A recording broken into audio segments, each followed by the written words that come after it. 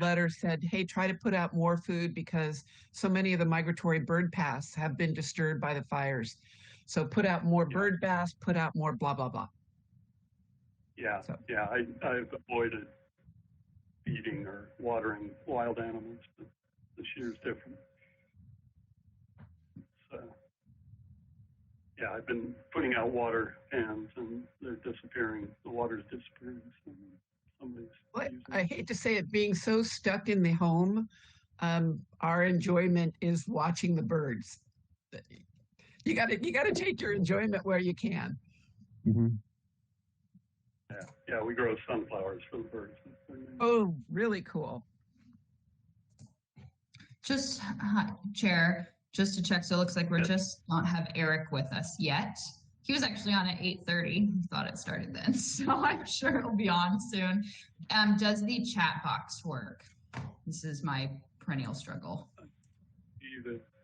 No. Okay, let me figure that out then. And Sarah's not on yet. I think Sarah is on, actually. Oh, is she? Okay. I'm not seeing her. Yeah, I see her. I'm not showing.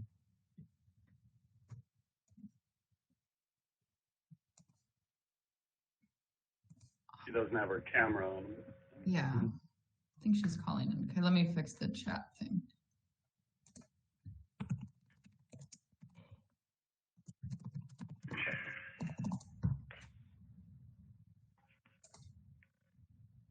Hey, Heidi, you know that we often struggle to find out who has put on the general meeting, who has put asterisks on the chat box.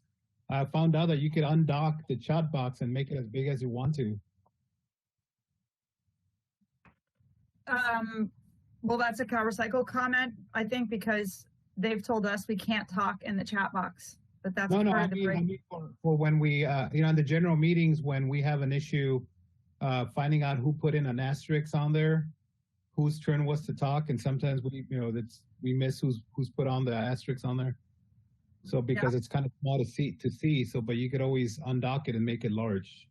I don't know if you know. Then I can't see everybody else. I can't see my screen.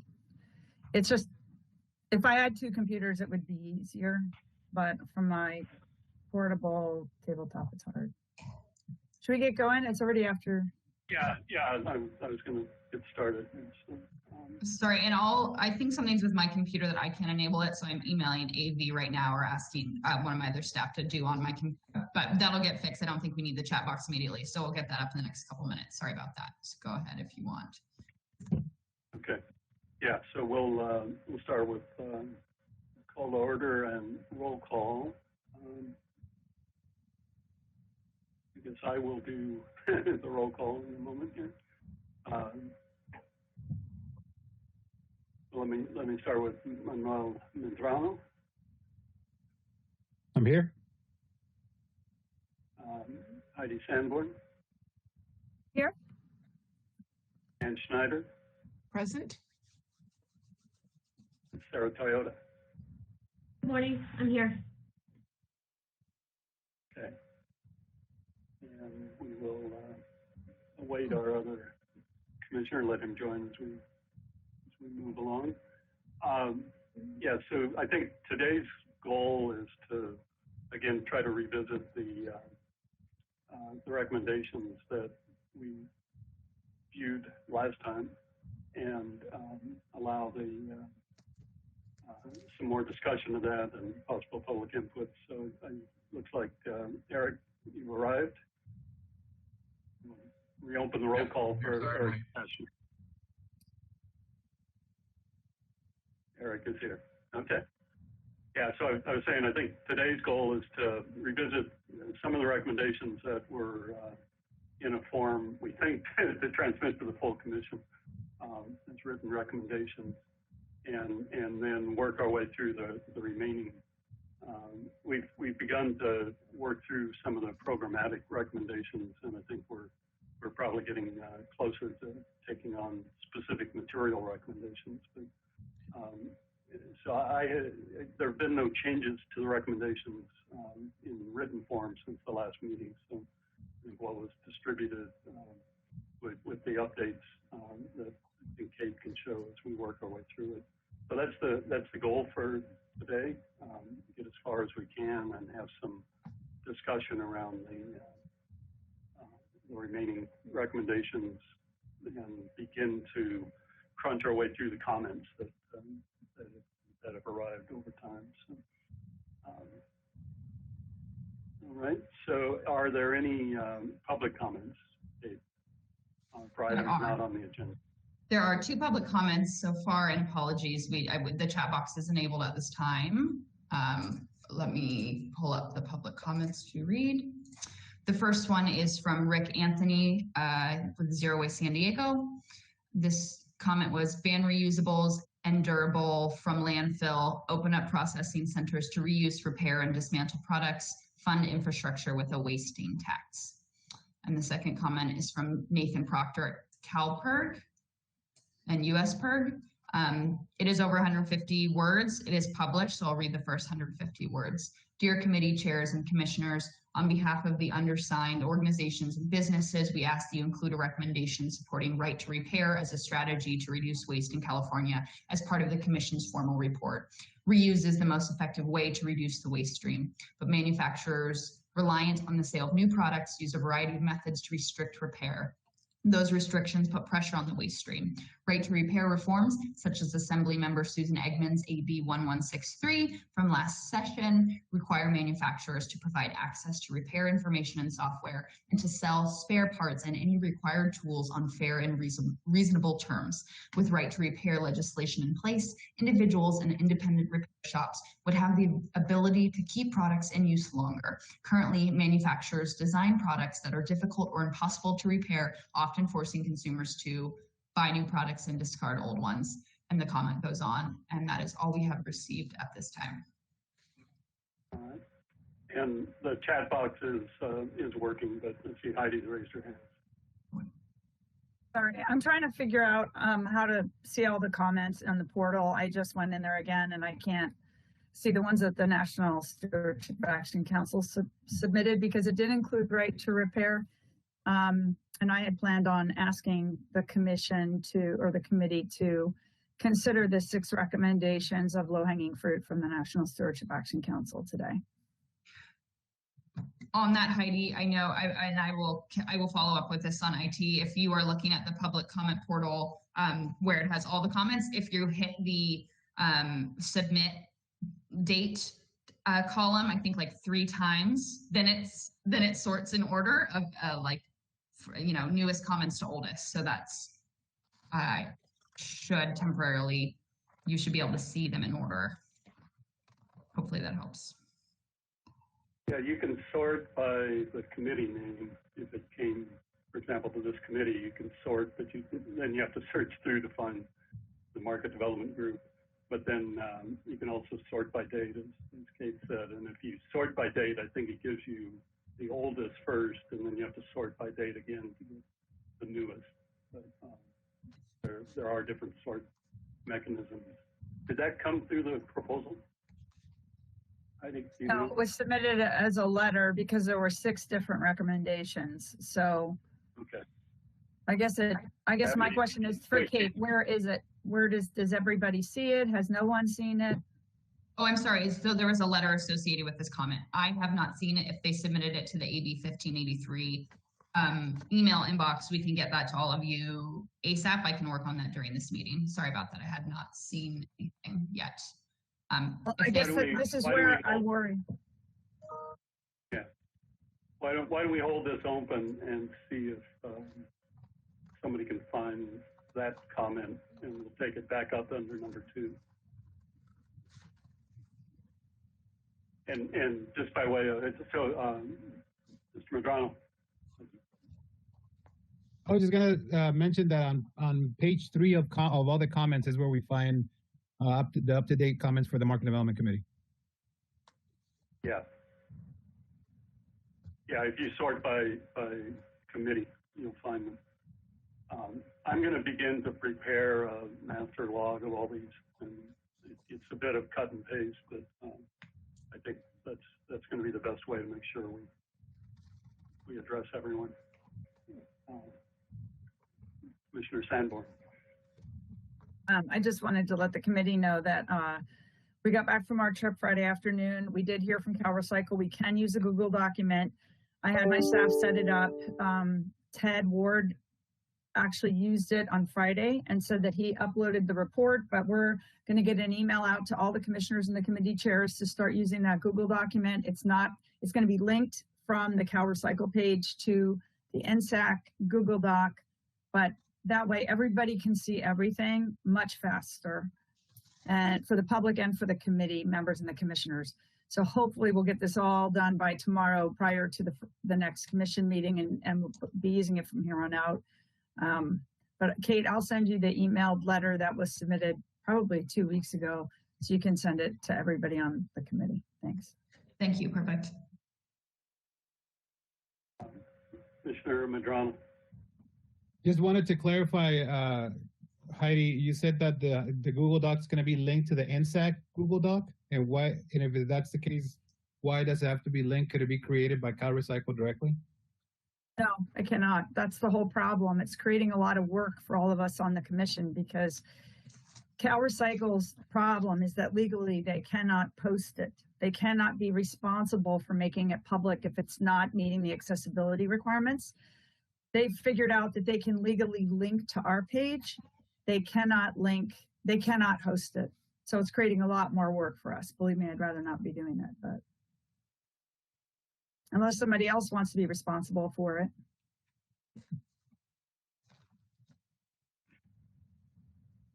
I guess we'll talk about that Wednesday. Well, it's going to be too late. I mean, I will have created it, and if somebody wants to take it over, they can redo the whole thing. But we're not the only ones with the problem. As I said, Green California is having a big discussion about this whole accessibility problem that's causing a lot of problems across state agencies right now. So just one thing on the comment from CalPERD at the Labeling and Media Committee, Peter Mui submitted a comment about repair and labeling. So I agreed to follow up with Peter Mui. Peter runs the Fix-It Clinic. It's his creation. So he's very involved in repair issues and right to repair. And so he and I spoke at length on Thursday. So I think as we move forward, I think there are other opportunities to address repair from a market development perspective as well. Committee Member Schneider. This is going backwards. Chair Sanborn, if you can identify specific changes that you think need to be done for accessibility, Speaker Pro Tempore Mullen is my assemblyman, and he already carried legislation during this time to make it easier to do government's work in an acceptable fashion. So send them to me so that I can speak to Assemblyman Mullen about it.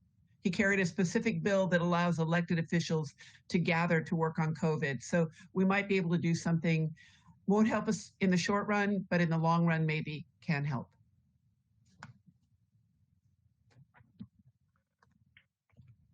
Okay, well, let's move on to item 3, which is the meeting notes from October 6th.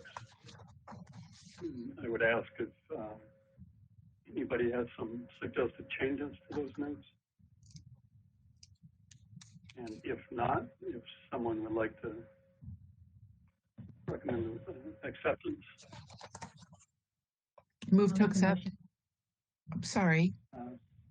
So Schneider and Toyota, was that a second, Sarah? Second by Toyota, okay. Let's just do a informal vote on this one, consensus. So please raise your hand if you accept the meeting notes as submitted. Okay. Go on camera, here we go. Okay, so we'll move to item 4.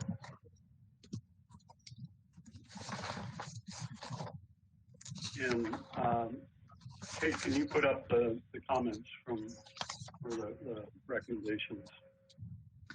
You mean the page itself? Yeah, it was the written narrative starting. Sure, certainly. Yeah, I'm going to stop sharing the screen for a second and pull it up.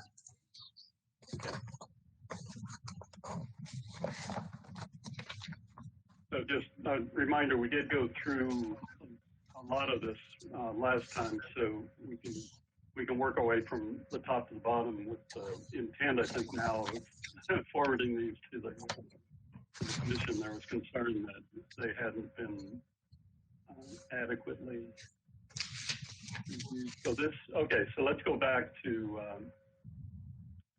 no, these are the comments. I'm sorry, I don't follow. What do you want to look at? The recommendation, yeah, it was the list of recommendations, committee recommendations.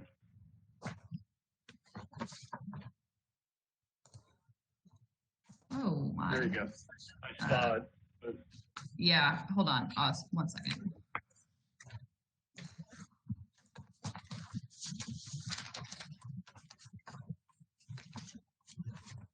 Too many word windows. There it's gone. Okay, 1 second. Sorry about that, folks. There we go. there it is.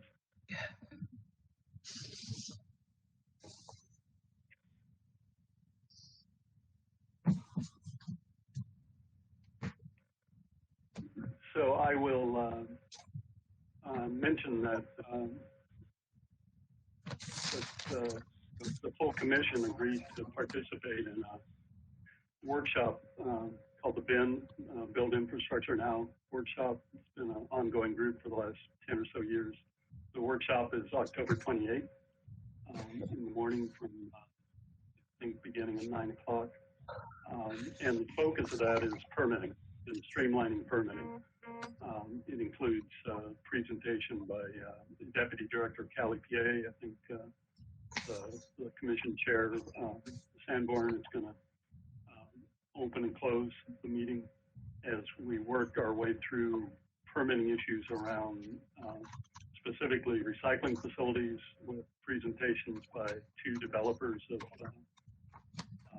paper pulping facilities, one in Virginia and one in Utah, brand new facilities. And then the second discussion is around the organics projects with presentations by people who are working to permit organics facilities in California. The recommendation here is on the second row is to focus on streamlined permitting involving the Office of Planning and Research, CalRecycle, Callie PA, local agencies, Water Board, Air Resources Board. There is a consolidated permit process that's referenced in the second bullet, but it involves state agencies the way it's written, and so this recommendation would be to include local permitting agencies in the process. The consolidated permit process allows a developer of a project to work with Callie PA and ask Callie PA to bring its member agencies together, including the local water boards and air management districts, as well as the state ARB and water board.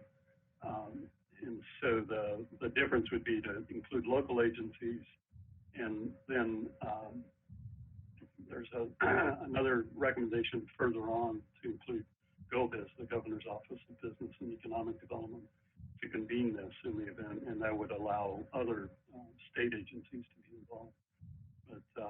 But the first bullet is to recognize these as significant climate projects. I think Committee Member Potashner, I think the Organics Committee has probably been dealing with essential public service question, so we've kind of held that in abeyance. But what we're saying is for significant projects, let's do this process in significant projects, meaning projects that have important greenhouse gas reduction benefits. And let's do these projects, bring together the different agencies and try to at least be on the same page at the beginning of the process and share technical information. And then there's some language to update general plan, land use guidelines, and in some of the chapters of the Office of Planning and Research guidelines on general plan. So that would be our first recommendation in community member sandboard. Yeah, it seems to me like this is really one umbrella recommendation with specifics about how to implement it. And I'm wondering if we just make one bullet with sub points of our suggestions of things to look at, like authorizing CalRecycle to initiate the permitting process and act as liaison. But really that comes under really utilizing the combined permitting process or the consolidated permitting process, correct? That's really the big picture recommendation. Yeah, so the second bullet would be the primary recommendation. Everything else is kind of a subset, is what you're saying. Yeah, it just feels to me like it's just this big run-on sentence of bullets, and I'm thinking it might be better to just say the big recommendation and then specific ideas that we had under that on how to do it, because I'm not sure they're all doable, but they're ideas that should be looked at. Yeah. So Kate, do you want to maybe just take the second bullet, bring it up above, and just leave it as a sentence without being bulleted? Sure. And I'm still guessing at the format, for for sending these forward and making it easy to incorporate into the report. But, Yeah, we're going to talk about that on Wednesday too, because Richard and I did come up with that proposal that we want to get out to everybody. yeah. Oh, So did I at that accidentally point- grab too much? Okay. So that red language would actually be what goes in the report, is what I'm thinking. Or is it all of it? I guess it's all of it, but it's just sub bullets. Yeah. Yeah. Again, not knowing the format of the report, I think they're all, they all have merit, either individually or collectively. Community member Toyota. Yeah, I just have a question because I'm not so familiar with this process, but on the first bullet, the recognized essential significant climate impact priority, just a question on that. Does that mean it gets streamlined? Is there a process in place that if it has that recognition, it moves to the top or gets somehow quicker facilitation in the permitting process? I think as committee members, remember we had subcommittees, and I think as committee member Medrano and I discussed this in our subcommittee, we thought you really don't want every project trying to come through this process. So we use, a pilot project, a way to try to test things out, but also put a threshold. And we're not defining what that is, but rather than, because involving the local government agency is different, involving GoBids becomes different than the current process. The current process is already on the books. Any project developer could request this CalEPA process. However, we haven't been able to find one that used it, but I think we're saying there should, for the involvement of local government, at least what we're recommending, there's some significant project threshold. We could take essential out because it has a different meaning, I think, in discussions going on around organics facilities. Okay. Thank you.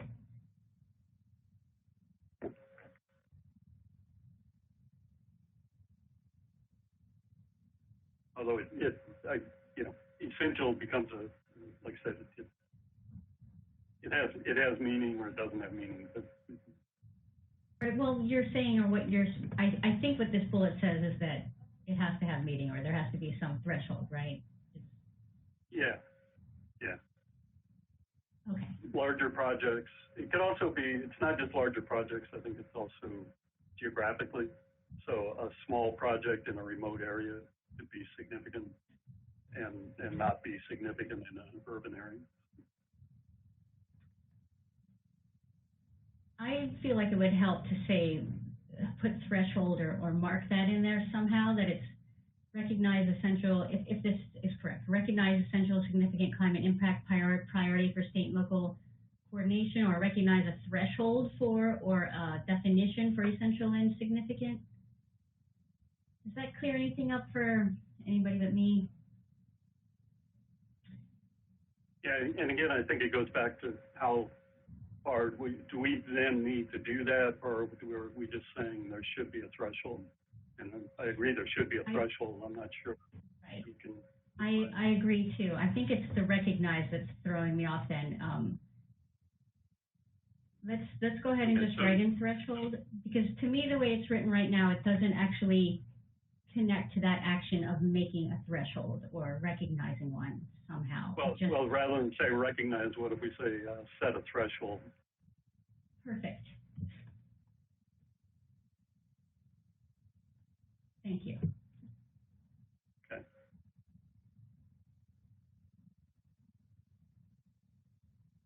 And okay, I think you have an extra, yeah, A instead of at.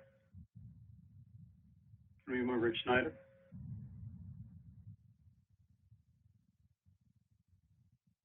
I think you're muted.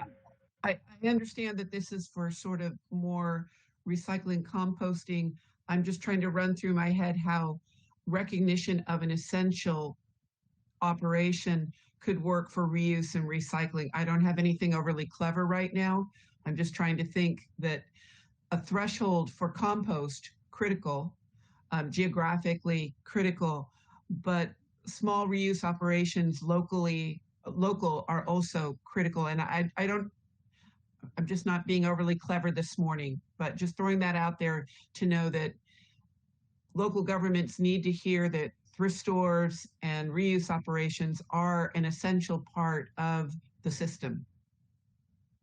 And hold that thought as we move through, Okay. because I think this focuses on the statewide Yeah, permitting through gotcha. Cali PA, and most of those don't need to go there. So. But it does say source reduction in the major header to the left. So I think it does include it. Well, that's the on the left side are the statutory requirements. So, and it's about increasing market demand. So, this is one of the recommendations around that. Remember, we're addressing specific language from the Public Resource Code. But it would be market demand for materials available due to source reduction. And I'm not sure what market demand for source reduction is.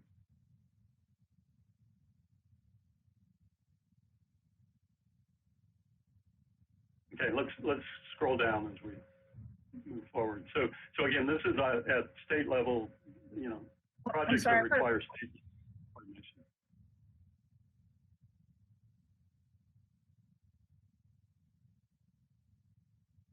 I'd actually put my asterisk in there.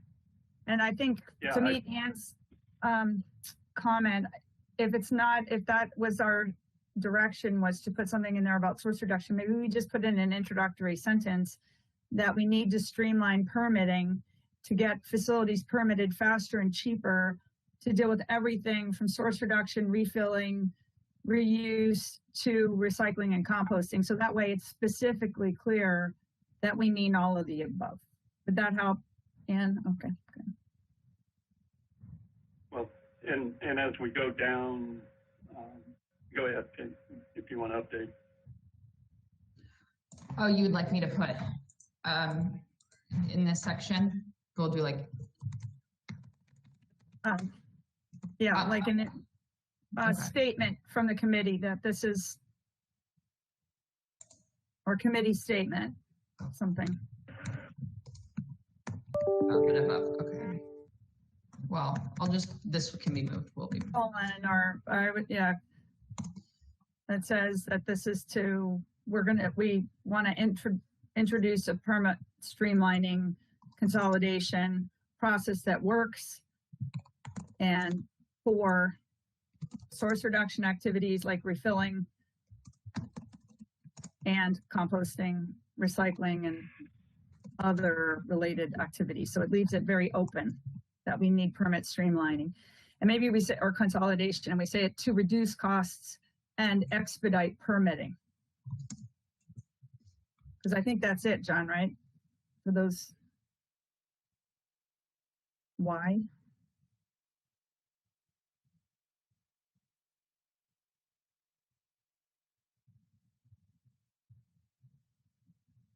Is everybody okay with that?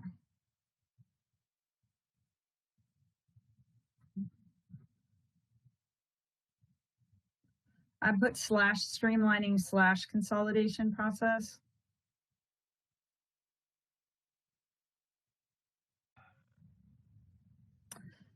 Like refilling, it's not and composting. So source reduction activities like refilling, comma, and composting, recycling, and other related activities. And if other related activities is too open, I'm fine removing it. I don't think there's much beyond reuse, recycling, and organics, but maybe I'm wrong. You know, Kate, sorry to do this. I was looking at what we're reviewing, and this is actually the initial draft of the recommendations. It's actually not.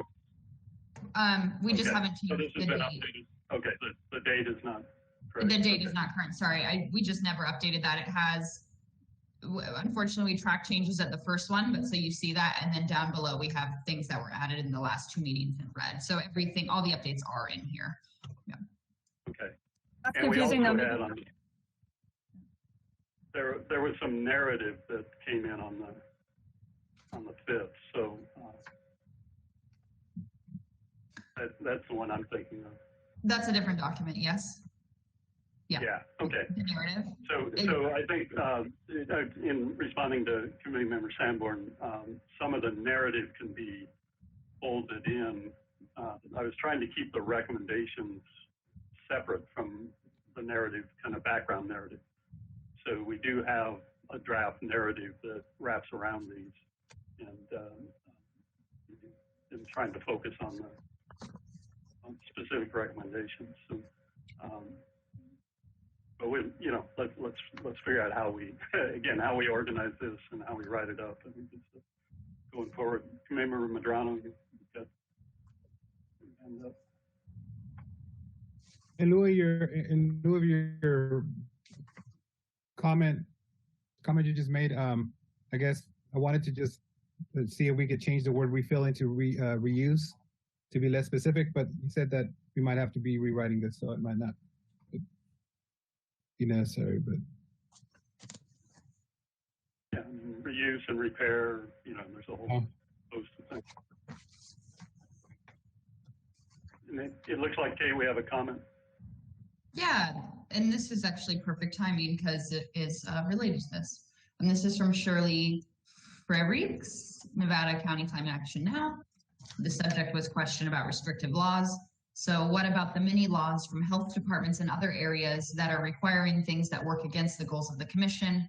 In restaurants, if a server brings bread to my table and I say, no, please give it to someone else, he says that when it leaves the kitchen, it is waste. Bulk goods saved a lot of plastic containers, but cannot be done now. Some stores will not let a customer bring their own bags. Likely there are a variety of laws having to do with market development that need to be addressed to allow what we want to happen. I suggest the various committees look at this. Yeah. We also have a comment, and I'm going to publish it, even though it's a little more logistical. It's from Peter Mui at Fix-It Clinic. And he said on Heidi's comment and right to repair, is there a difference between submitting to commission as a letter emailed versus through the public comment portal? I was the one who instructed Nathan Proctor at USPIRG to submit the letter through the comment portal. There are many signatories to USPIRG's comment letter, including iFixit, the Electric Frontier Foundation, CalPIRG, and Fix It Clinic. Please advise if we need to resubmit via some other process. They don't need to resubmit. We've got it. And others have reinforced that comment, including the National Stewardship Action Council comment. So I think the committee heard it, and we'll include that hopefully in the final recommendations. And I do want to clarify one thing. You know, this issue around the repair, reuse, there is a commission subcommittee that's going to be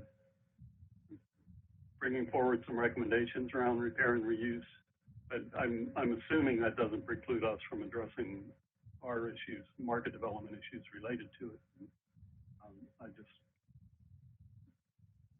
and I don't know, maybe Commissioner Sanborn, you know, it's Ted Ward and Ann, or is it Ann Schneider, or is the subcommittee? Okay. Correct. Okay. So Commissioner Schneider could speak to that, but I'm pretty sure, I mean, just let us know if you're submitting comments. We submitted a comment letter, and it could go to source reduction and then be added in that way. That's fine. I think the commission will hear one way or the other right to repair. Yeah. So you want to respond, Commissioner Schneider? Yes, and Ted and I have started meeting with some of the reuse trade organizations as they are, or people like Alameda County, to hear what we might or should be looking for. But I think if we've got people watching us right now, if they could send specific existing laws or local ordinances that seem to be a block, that could be helpful.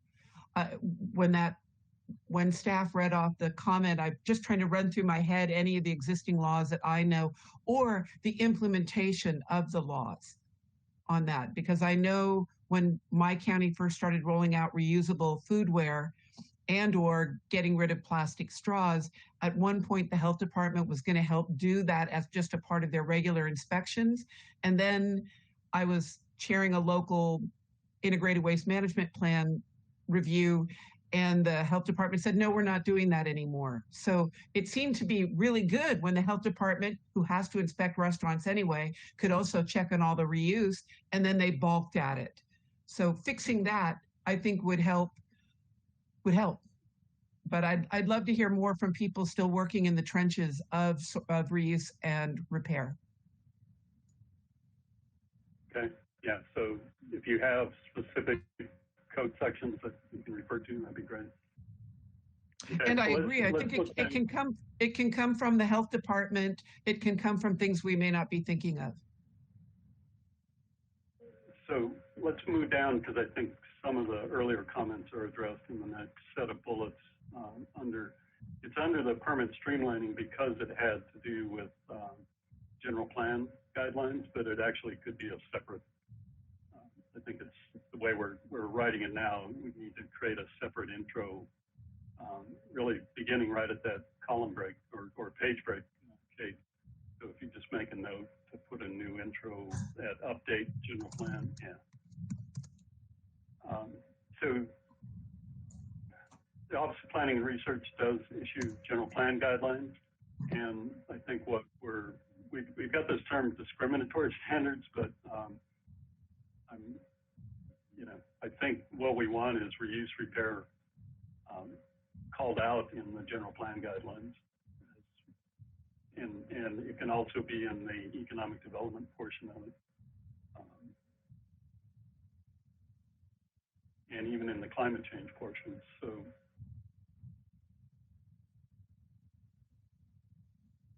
zoning was mentioned a few times, but I'm not sure. I'd have to go back and look. I'm not sure that zoning is recognized under the general plan guidelines. It's an implementation procedure, obviously, that virtually everybody uses, but the general plan are the broader brush issues that Office of Planning and Research actually reviews and gives qualified acceptance to.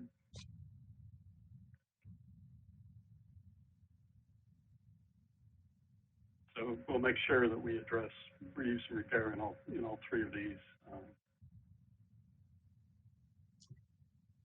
The next step has to do with the Governor's Office of Business and Economic Development, GOBIZ. And the distinction here between the earlier permit streamlining is GOBIZ has a variety of activities that they undertake. So we have some recommendations, and I think that first bullet is really, it's kind of an overriding recommendation for the entire document, that we, rather than recommend a lot of legislative changes, that we focus more on improving existing processes from what we've been able to glean. And so having a GOBIZ work group, because they cut across permitting, financing, international trade, employment and job training, they provide a variety of assistance to businesses. It would be nice to have a working group that focuses on recycling and organics management.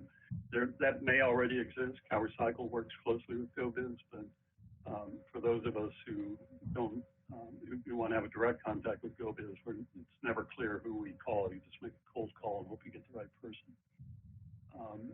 And then CalGold is an intake. So if you're a business and you think you might want assistance from the Governor's Office on permitting issues, you go through a process called CalGold. But if you're, say, a repair shop or a recycling, a compost facility, you can't find yourself in there. It doesn't exist in GOBIZ, so we want to improve the categories there.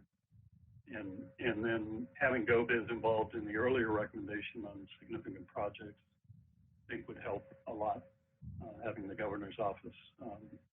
I've had some preliminary discussion with two paper pulping operations, and they're going to indicate, I think, on the 28th that that's a big deal, that in both of their cases, in Utah and Virginia, they had people from the Governor's Office directly involved in championing their project and made a big difference.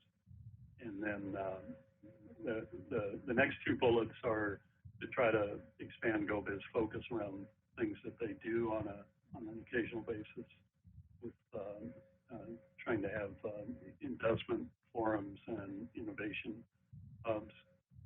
I think the innovation one, we talked a lot about how to involve the state colleges and universities in there, so that needs to get added.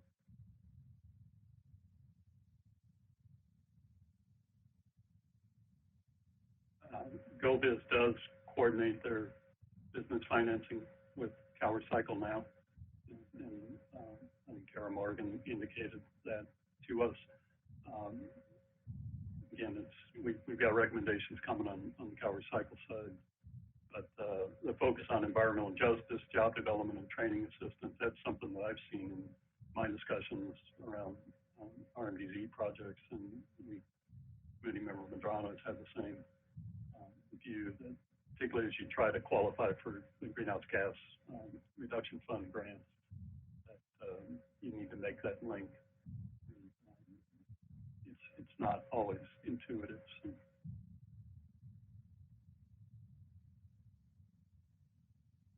And then that last is should be a bullet there on including reuse and repair and green economy initiatives. So that's a pretty big catch-all, but there's obviously a variety. I think there was a discussion of having a bond, green economy bond issue.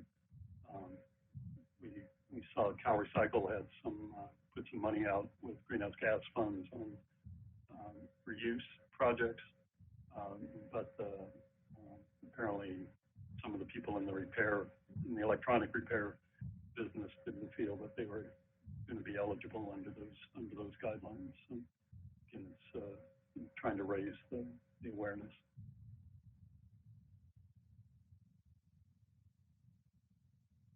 The next ones are to improve the emission reduction factors. So as the state assesses greenhouse gas impacts, so as we look at, what's a significant project,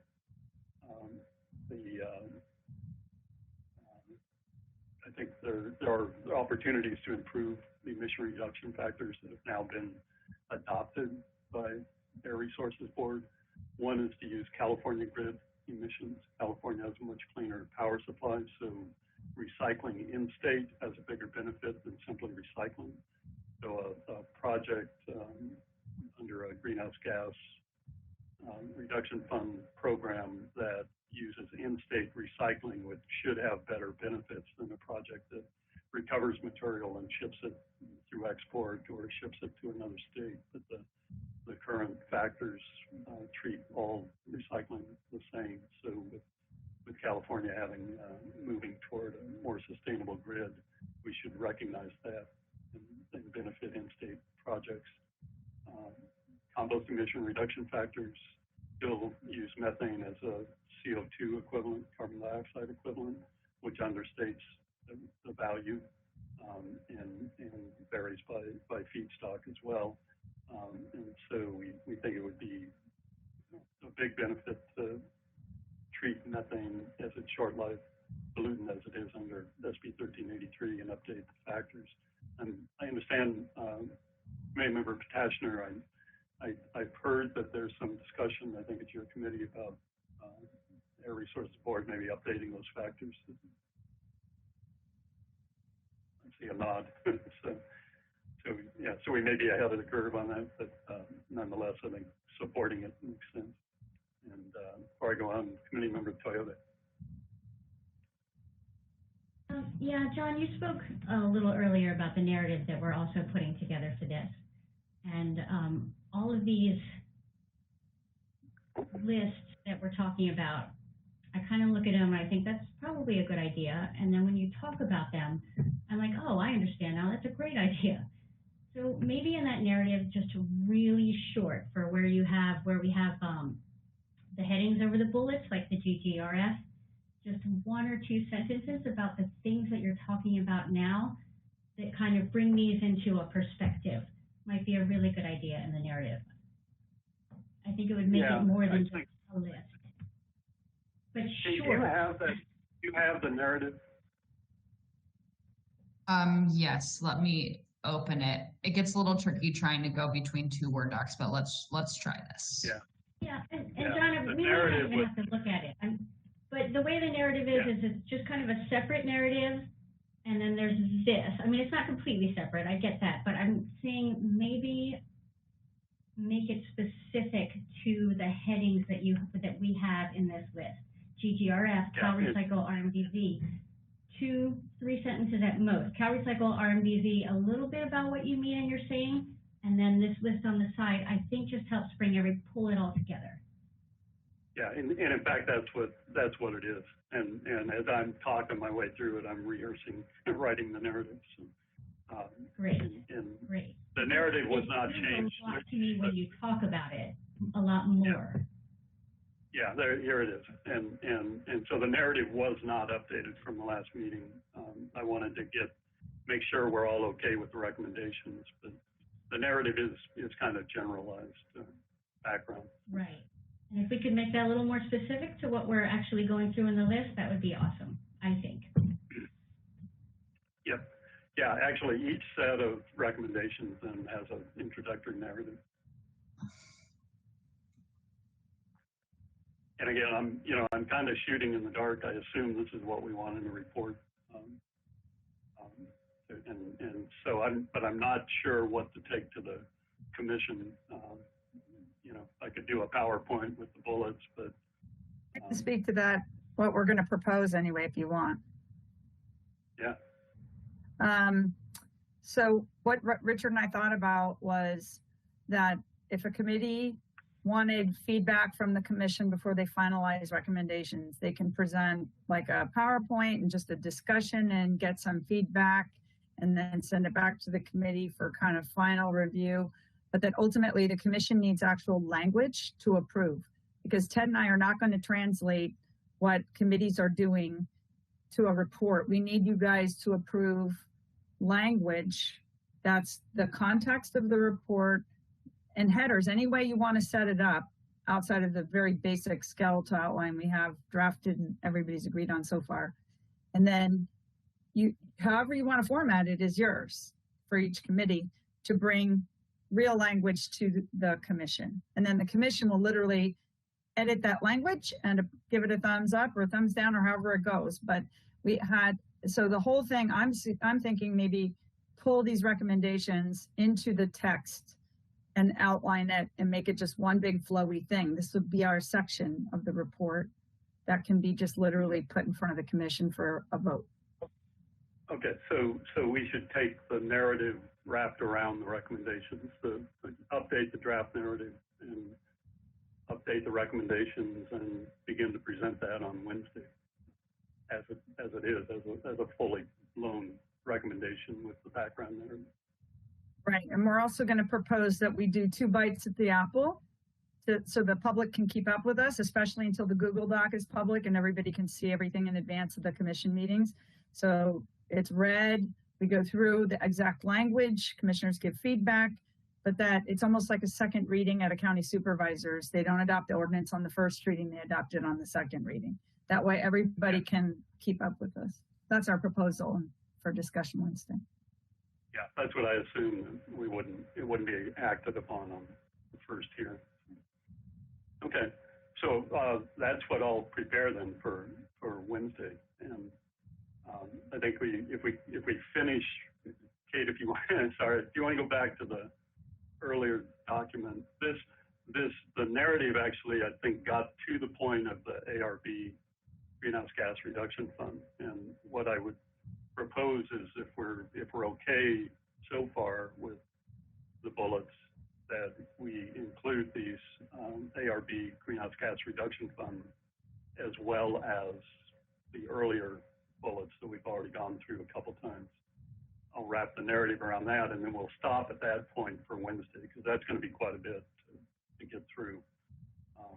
And I don't know if we have a half hour or maybe we get a little longer because we had 8 minutes last time. But you know, we want to not rush our way into trying to do too much. So the last 2 bullets on the ARB section have to do with carbon farming emission factors, and this would carbon farming has become an initiative that's out there, but measuring the impacts, particularly for investment.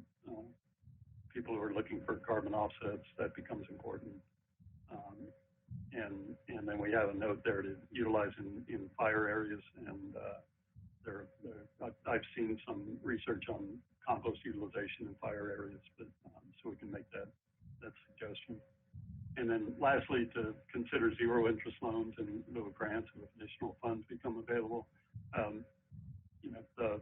The grant money is great. You get a lot of project interest.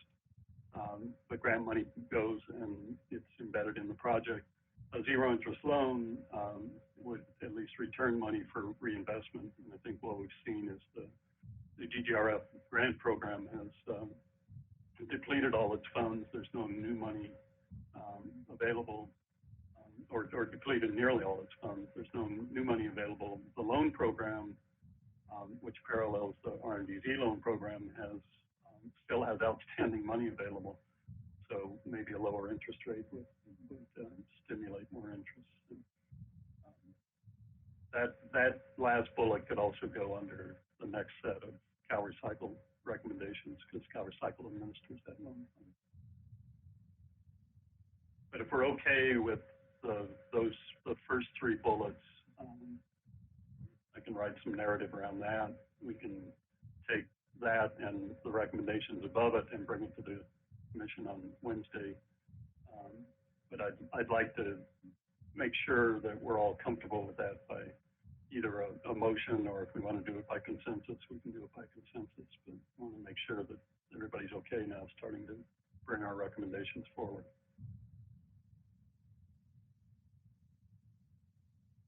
So let me do reverse consensus. Let's see, does anybody have any remaining concerns? Remember Medrano. I move to move these recommendations forward. So there is a motion there. Is there a second? Did I miss it? Where's the state agency by recycle campaign language? Yeah, that's going to come, and Okay. we can include it. We can include it now, but it just in the. It's actually part of the next section of the statute. So these are all organized, remember, by the statutory reference, and this is on the demand side here. So yeah, let's go down and look at that after we roll these together. I think that one was actually more ready than almost anything to get in there. So hopefully we can get it in there this Wednesday. Yeah. But I would support that, Manuel, and second it as long as state agency by recycled is in there too. Okay. Why don't we do a roll call on this one? So let me do a reverse order with, can we remember Toyota? Yes. Schneider? Yes. Sanborn?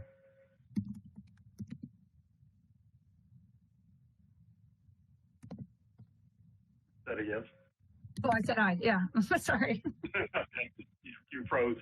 Potassium? Aye. Medrano? Aye. And Davis, yes. Okay. Let's move past the cow recycle. I think it's going to take some time to, and let's go down and look at the next set. There's a lot of cow recycle recommendations, and I want to come back to that. So here we go. So if you go over, just scroll a little bit to the left so you can read the PRC heading. So this has to do with increasing demand for products, recycled content products. So obviously SABRAC is a big part of that. And I'm beginning to think that the right to repair stuff, the reuse, that all falls in here. Demand for products, but we can, we can play around. The language gets a little vague at times. So the first bullet on SABRAC, I think, was one that we put forward from the subcommittee. A lot of the others are pulled from the actual language from Cow Recycle's report and recommendations on improving the program. But the first one, as we discussed last time, was to compile life cycle analyses when available by categories of products purchased by the state. And Commissioner Sanborn, you got your hand. Yeah, that one, the more I look at it, because I did a study trip with legislators with Eric actually last week, and one of the things we heard about from the Oregon stakeholder group that's very much like this one is they're not, they're suggesting a reference to life cycle analysis if they exist. But I guess the thing is asking them to compile, we don't need them to do any more paperwork and compile things that aren't needed. But if the state is buying a lot of something and there is a life cycle study out there, that maybe we say, we encourage because again, they're not funded for these jobs. They don't have the staff probably to do a whole lot more than what they're already doing. So maybe it's encourage them to look for any life cycle analyses on products purchased by the state and make those available to other agencies doing their, I don't know, or somehow include that in their review of the agency reports. Like, did they look at the life cycle study that Cal Recycle found on asphalt or whatever? So when I was looking through the statute, and I haven't had a lengthy discussion with Cal Recycle staff about it, but looking through the statute, what happens now is that product manufacturers self-certify that their products have recycled content and what that recycled content is. And so I suppose if they're self-certifying their recycled content, they could submit a life cycle analysis as a part of that. It would just be a check in the box. I read the Oregon report also and noticed that they want to start compiling this. For me, it would be really helpful to begin to build a resource that we could all access on life cycle analyses. And that's what I kind of read in the Oregon report. It's not the basis for decisions, but it's an inventory, a compilation. But yeah, I would imagine a product manufacturer could submit that as part of what they're doing now, which is self-certifying the recycled content. Well, that brings up a really good point, because every state I'm talking to has the same problem, is no state has the resources to verify recycled content. And I wonder if one of the suggestions to the legislature is that we develop in California a process for a third party certification of recycled content, because every state is not going to have the resources, and self-verification hasn't worked with our PPC and other programs. And all the states need this. So maybe that's like, it could be a recommendation to the legislature that they fund CalRecycle to develop with a third-party certifier a recycled content certification, whether it's UL or Green Seal or somebody. But we've got to have some verification of these claims. And no, it doesn't make sense to have every state figure it all out on their own. What do you think of that? Yeah, It's a little off topic with BioRecycle, but it kind of isn't, because the claims are self-verifying, which is kind of like the fox watching the chicken coop. yeah. To me, SABREC becomes a clearinghouse for those claims. So, I have the same thought that you just articulated. Somebody's got their Mimmer Toyota. I do.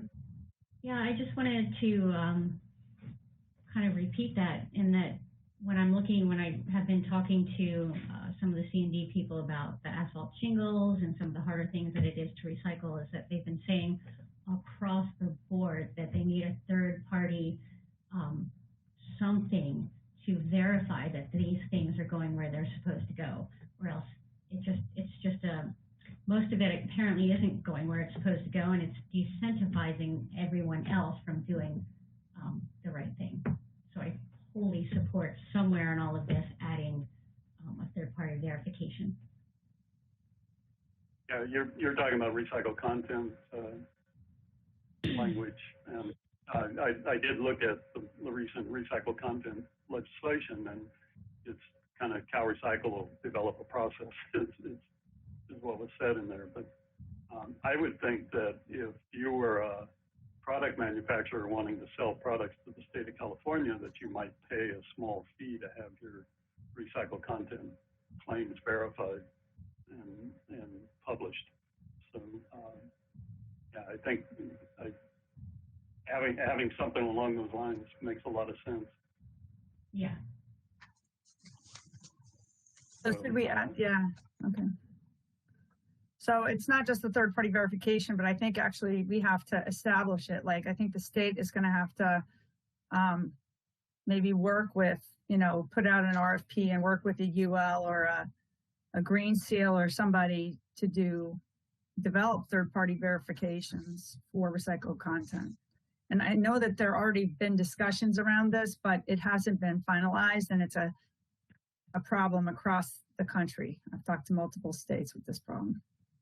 Yeah, and if we could, I'd even like to open that up to say that if you're going to say that it's there's reuse, that it's verified that it actually gets reused, that whatever end you say it's going to be besides the landfill, that it's third party verified.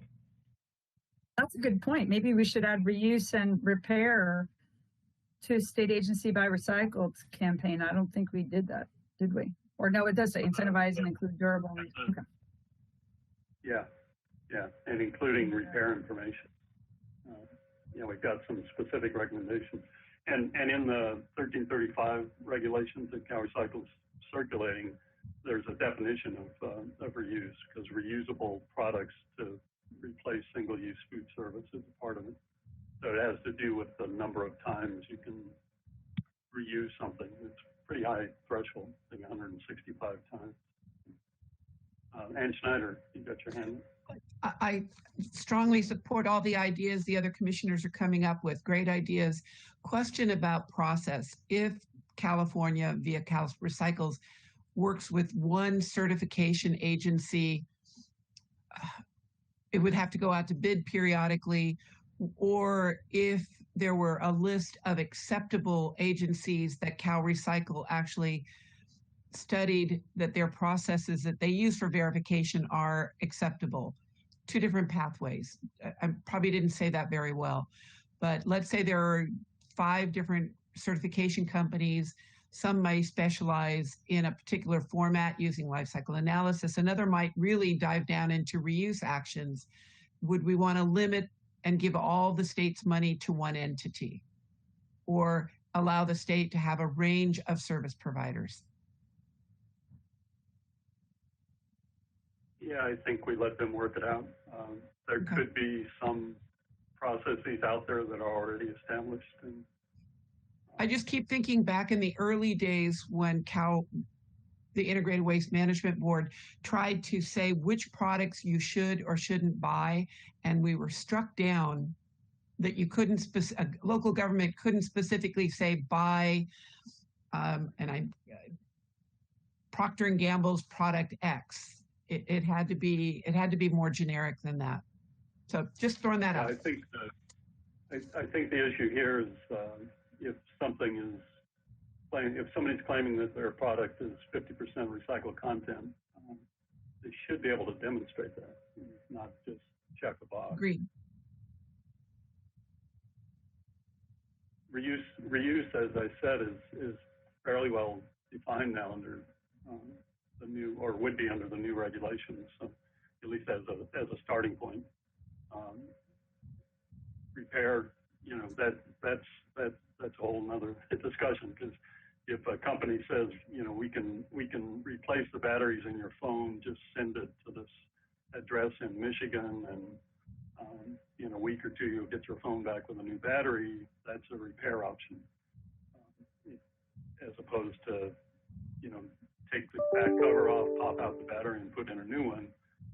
So there are thresholds of repair that we'll have to figure out. And that's why I think the fourth bullet says require repair information for all purchases. So it probably should say repair information if available for the purchases. But the idea, again, if something can be repaired, we ought to see what that entails.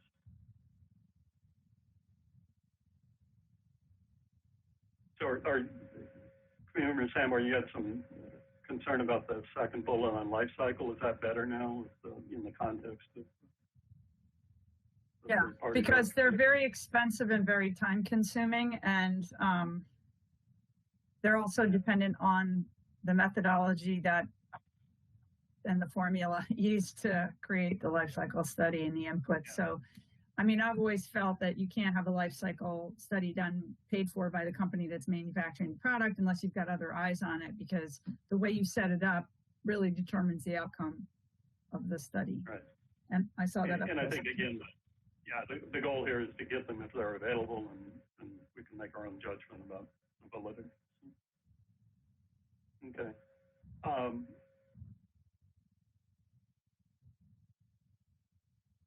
So the bullet about create or strengthen an enforcement mechanism, I did clarify the enforcement mechanism now. First of all, there is none in the statute. So I think the language should probably be include an enforcement mechanism, include a statutory enforcement mechanism for non-compliant state agencies. Or create include or create a statutory mechanism. And Heidi Sanborn, you got your hand up.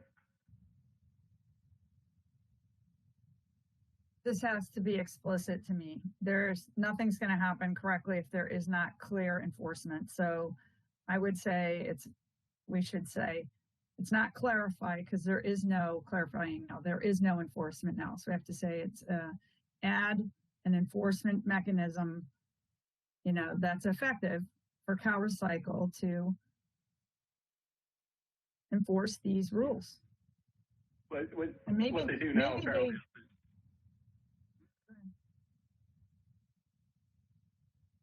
I was going to say the current process is to negotiate agreements between the agencies. So it's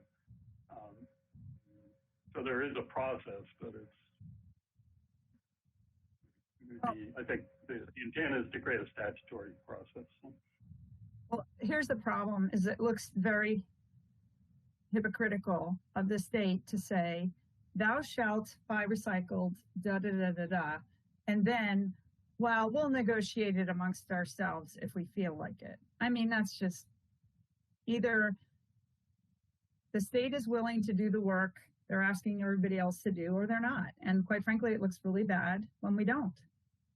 And it's a very poor use of public money that could be driving a circular economy, because we're voting every time we spend public money. We're voting for whatever we're buying and the process it took to make it. So I think it just needs to be clear. We're going to put enforcement into the bill.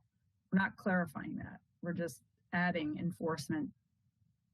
I would say add effective enforcement mechanism to the state agency buy recycle program. Then it's clear.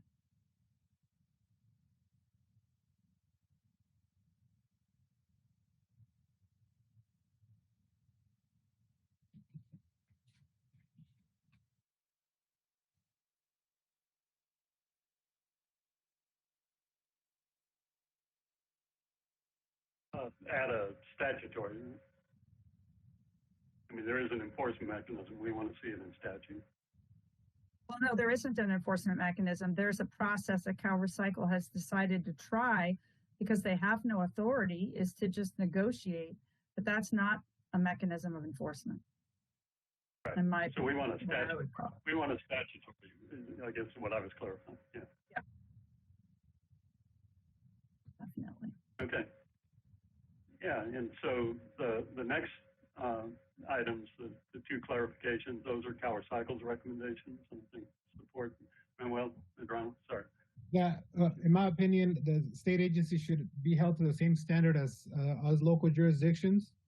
So maybe add that wording on there, that enforcement should be equivalent, or which is equivalent as local jurisdictions.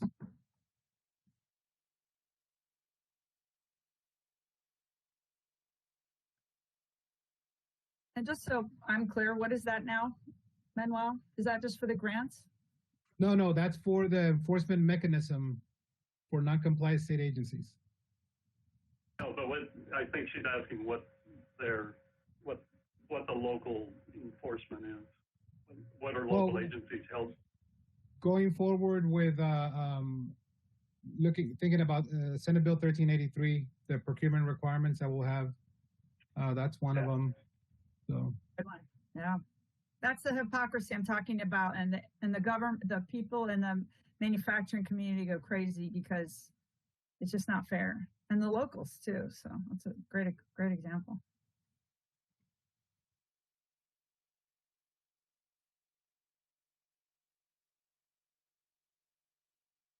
I'm just spitballing the wording here, so if you want this to be a little better, let me know. Yeah, well, I think I know what the intent is. I was thinking the same thing on 1383, the real sore spot when you look at it. The only thing I would add, Kate, is under when it says add a, not an, I think, statutory enforcement, I would say an effective statutory enforcement mechanism. Yeah. Thank you.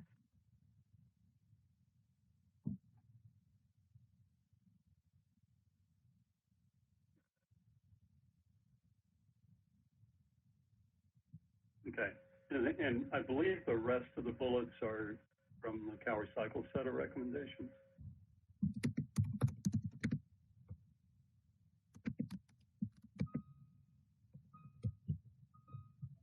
Oh, and the next to last one, that was CalRecycle's comment, codify established process for non-compliant agencies. So we can take that out. We've addressed that now, and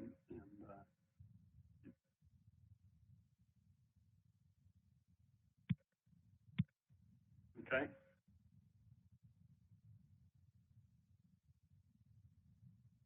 So do we want to stick a fork in this and move a recommendation to send this forward as well? I do that. Was that a motion? Yes, motion. Is there a second? Mr. Medrano seconds. Yes. Okay.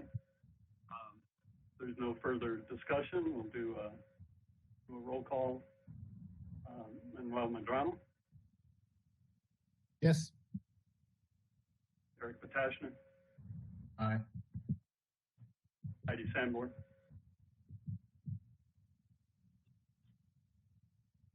I think that was a yes. Heidi's on mute. Aye. Oh, sorry. No, I said, yeah, sorry. I talked before I. Ann Schneider, Aye. Sarah Toyota, Yes.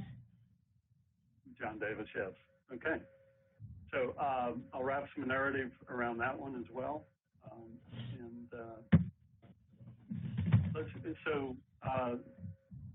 When are we scheduled for a break? We are scheduled for a break at 11:15. Oh, okay. So we're going to keep rolling through here. So at our last committee meeting, I think we had a series of carpet recommendations and comments. So we've kind of at this point moved out of the programmatic realm, with reserving the time to go back to the Cal Recycle grab bag later on once we work our way through. So we set a subcommittee for carpet, and it was committee member Sanborn and I. We've received a number of comments. In fact, I've compiled the comments that I've seen into a list. A lot of the comments relate to collection and not having sufficient quantity of materials to support manufacturing, particularly new in-state manufacturing.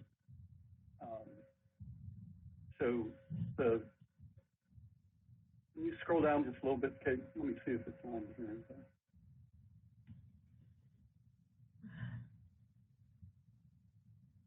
There we go. Yeah. And so the last bullet, I think, was kind of what we had talked about last time, collecting carpet at no cost from landfills and transfer stations, including a hard-to-handle reimbursement. So the current system allows collection and removal from landfills and transfer stations, but the handling is paid for by the facility. So you can charge a fee for carpet to come in, you can charge a hard-to-handle fee, but then you've got to handle that material and put it in a roll-off container. And at that point, CARE, the Carpet America Recovery Effort, will come in and arrange to haul off the container if you're part of their approved collection process. So it's getting a reimbursement for handling it.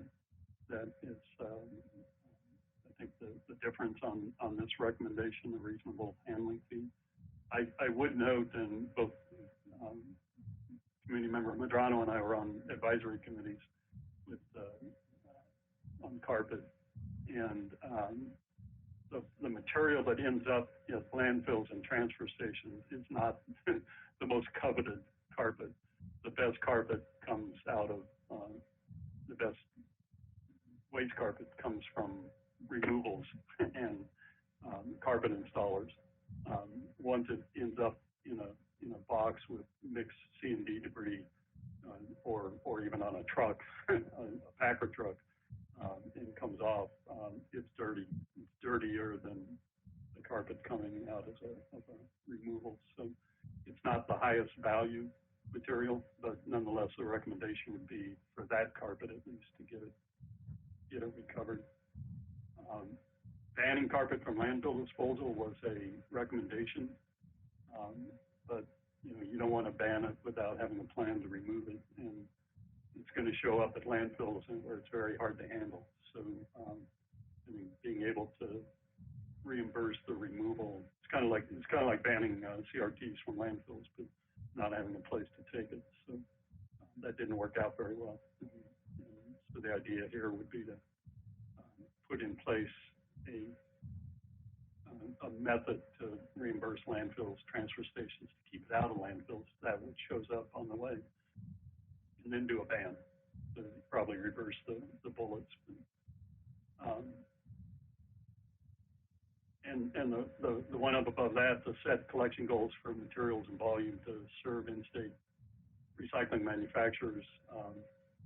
Right now there's a kind of a collection goal to meet the overall recycling goal of the program, but this would say that we want to give a priority in doing that to collect sufficient material to satisfy the in-state manufacturers. And Committee Member Sanborn, put your hand up. Yeah, on that last bullet, I just want to parentheses kind of implies an afterthought when to me it's a very critical part of that bullet, which is the haulers just can't afford all the labor when there's a fee on carpet to keep it clean, keep it dry, and move it.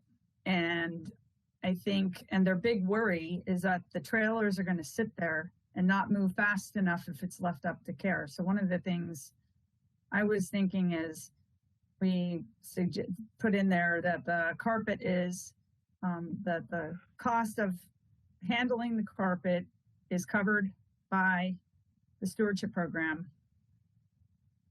either by reimbursement or that they pay for it by providing the service like they're doing for the rural counties now, where they put a trailer there, they keep it dry, they put a ramp if they need it, they pull the truck and pay for that. But that's the only way I can see that we're going to get more carpet. We just haven't paid their costs of the labor to do all that work.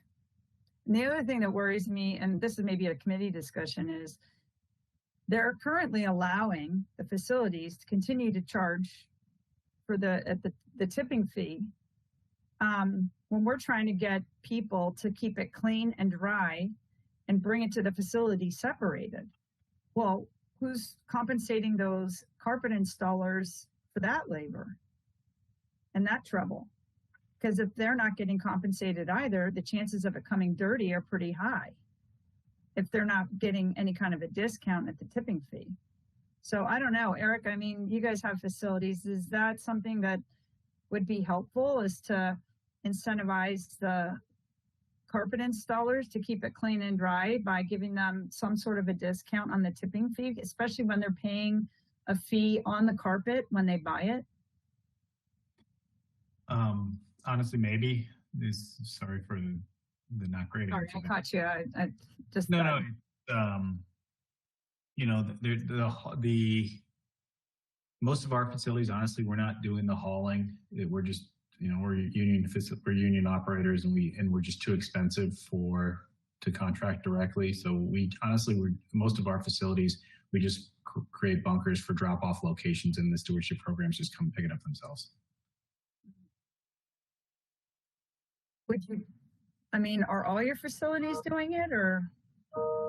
I don't think we're doing any hauling carpet right now because of the labor component. We're just too expensive for the stewardship program. For what they want to pay. Well, they don't want to pay labor. They don't want to pay the prevailing wage rates that would be required. That include healthcare and benefits and stuff like that. Correct. Well, that's the issue right there, isn't it? I mean, how are we going to get more carpet if we're not going to pay for it to come? And that's what the stewardship program was for. And the fee was for.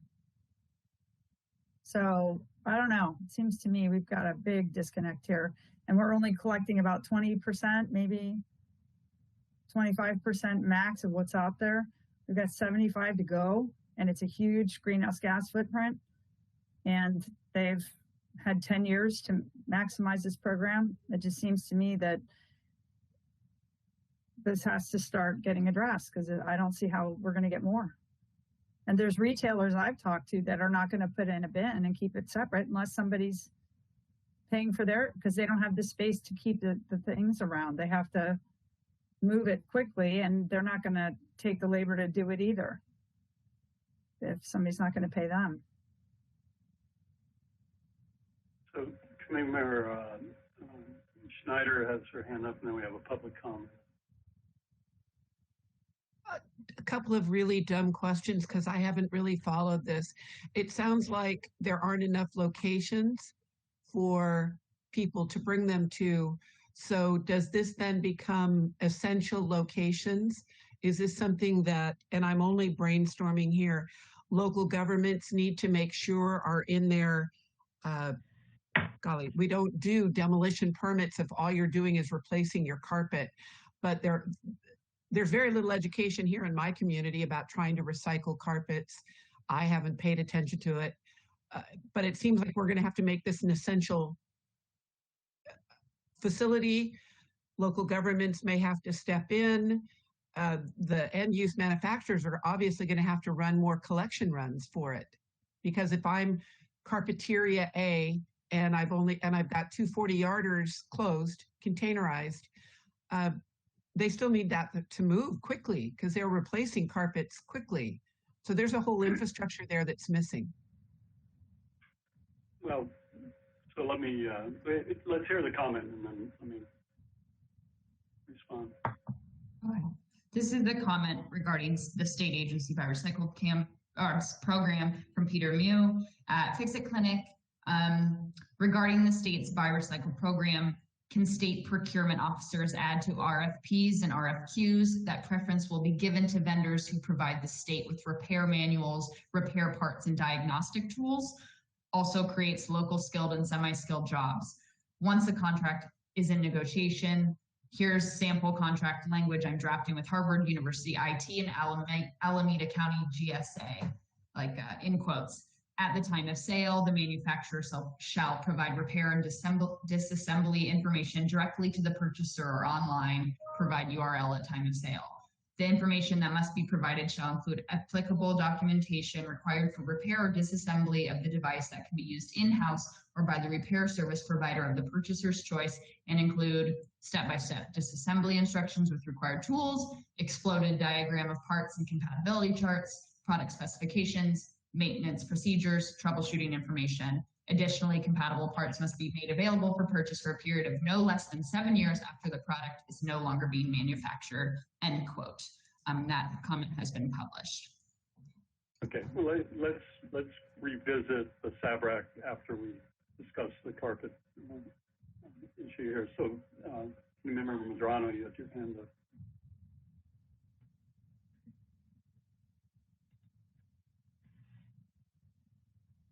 I think that to address Commissioner Schneider's comment, I think that if we incentivize that collection, that will solve a good amount of those problems of finding locations and adding locations, and making sure that the costs are covered, regardless of, or maybe the word reasonable costs should be added on there.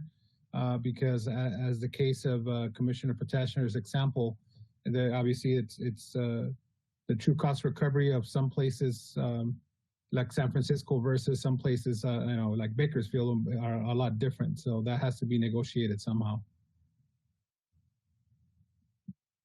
So and Schneider.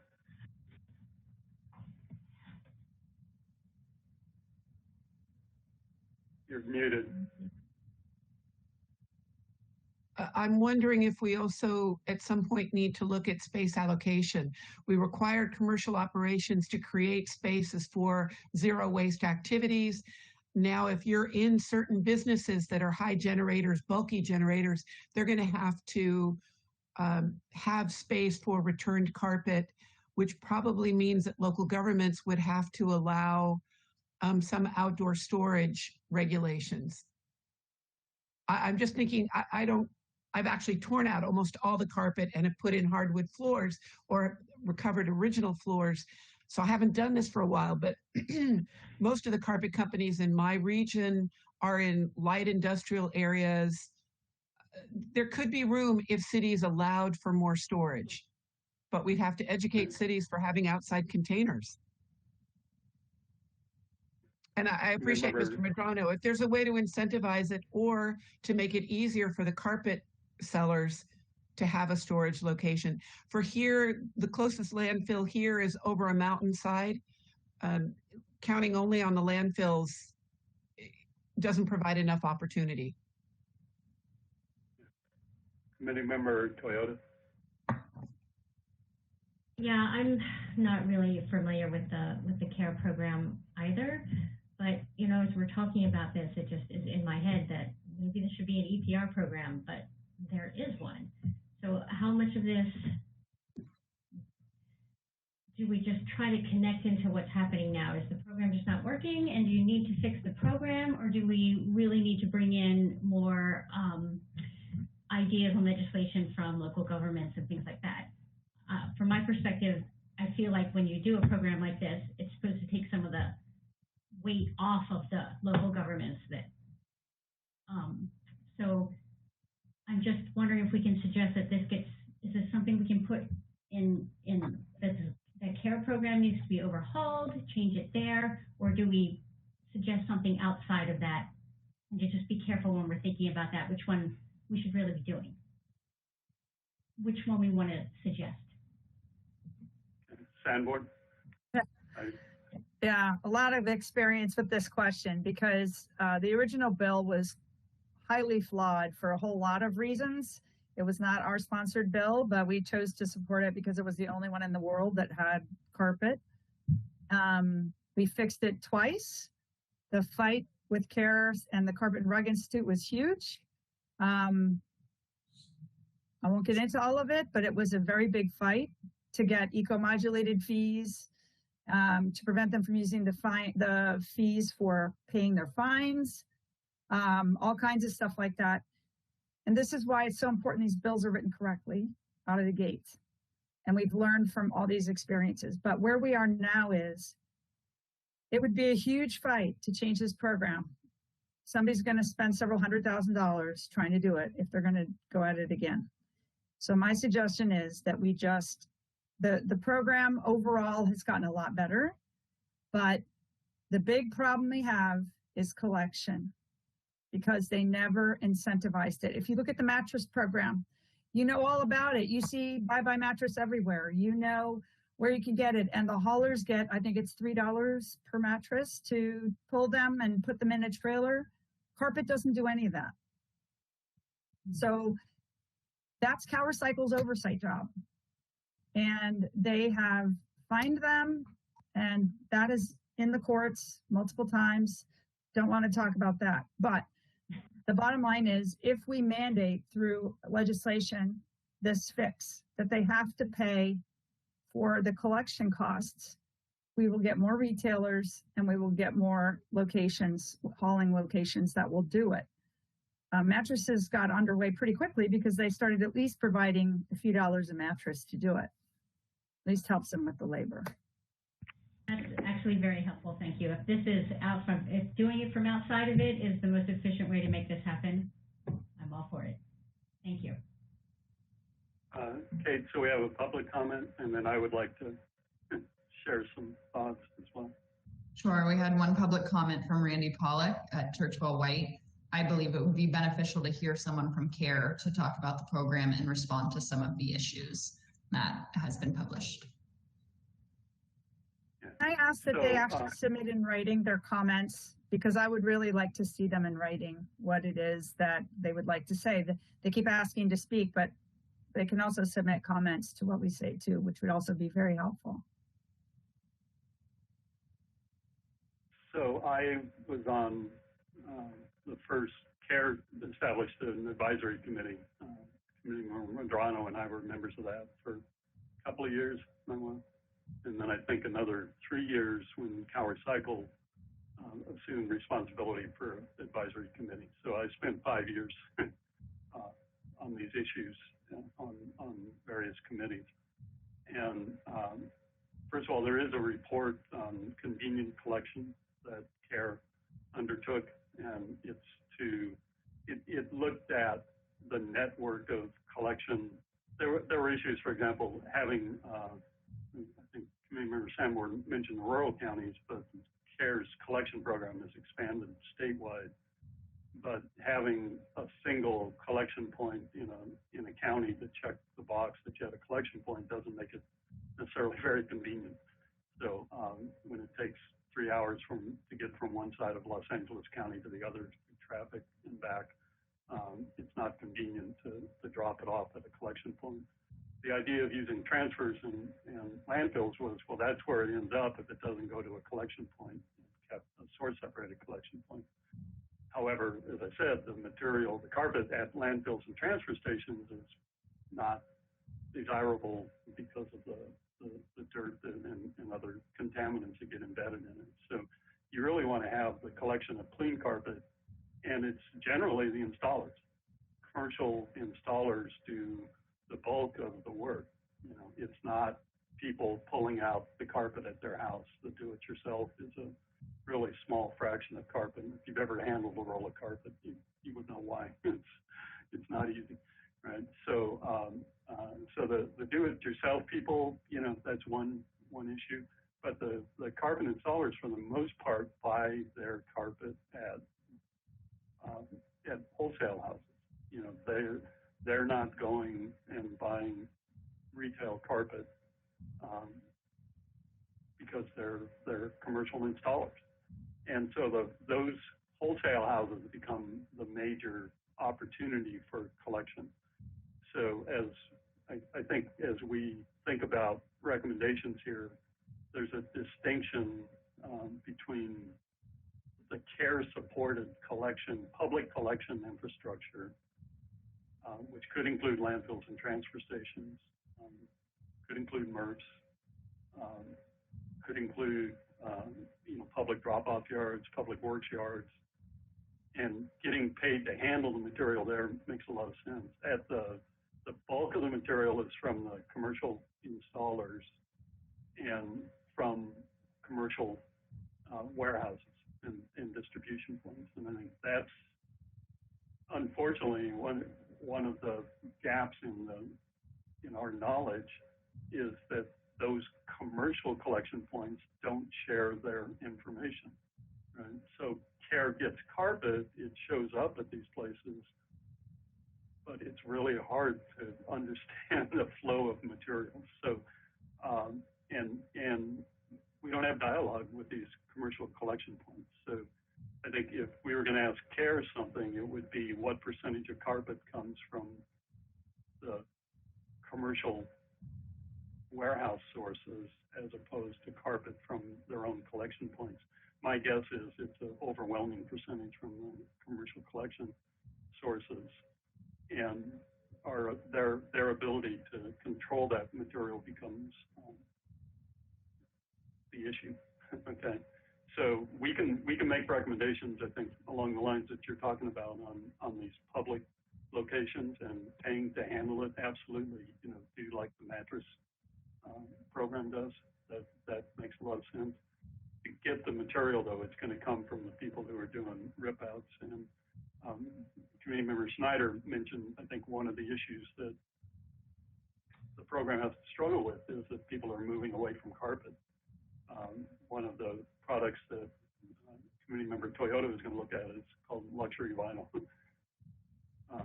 flooring, right?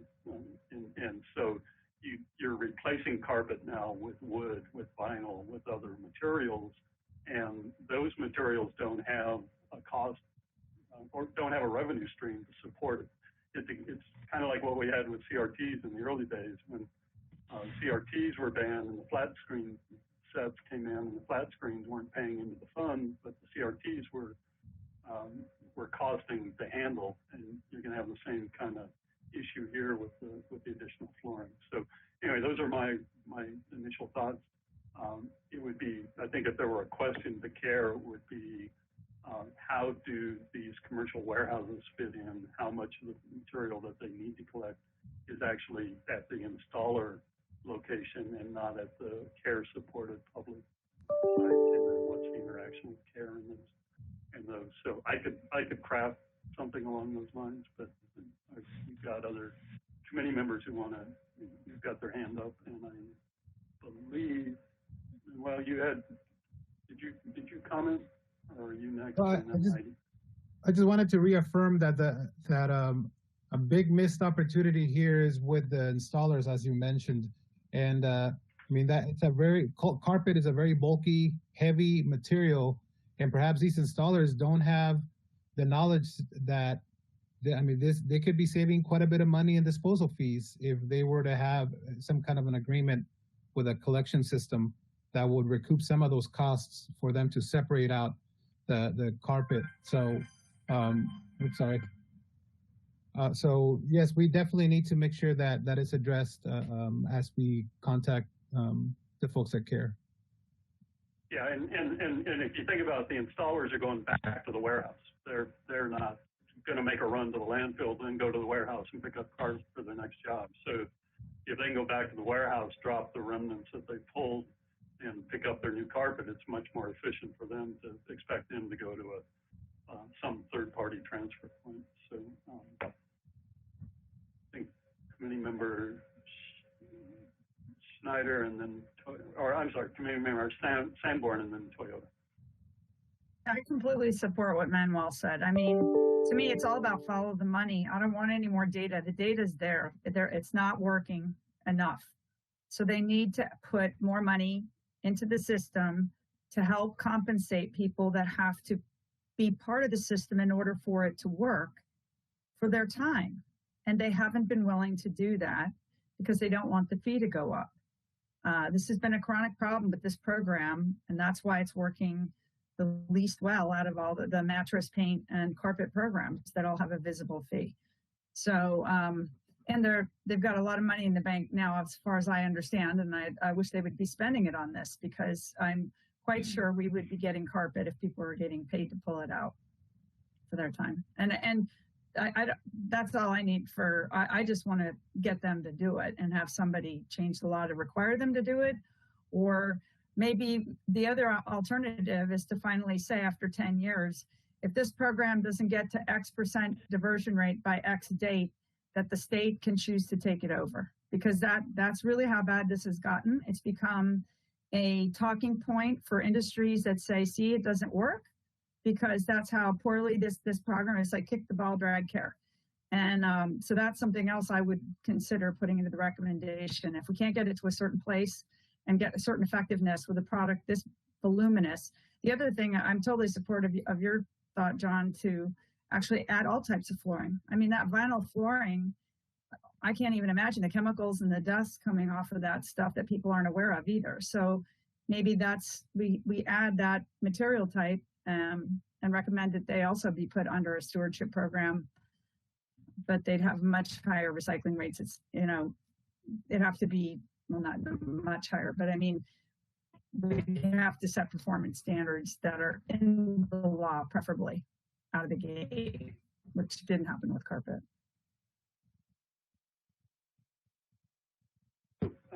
Committee member Toyota, and then let's revisit the bullets. Actually, I'm good. If I just want to, as long as we revisit the bullets, and if that's enough that we think that will help the collection, I'm good. Thanks. Okay. Committee member Schneider. Thank you. I like Commissioner Sanborn's idea of giving a target date.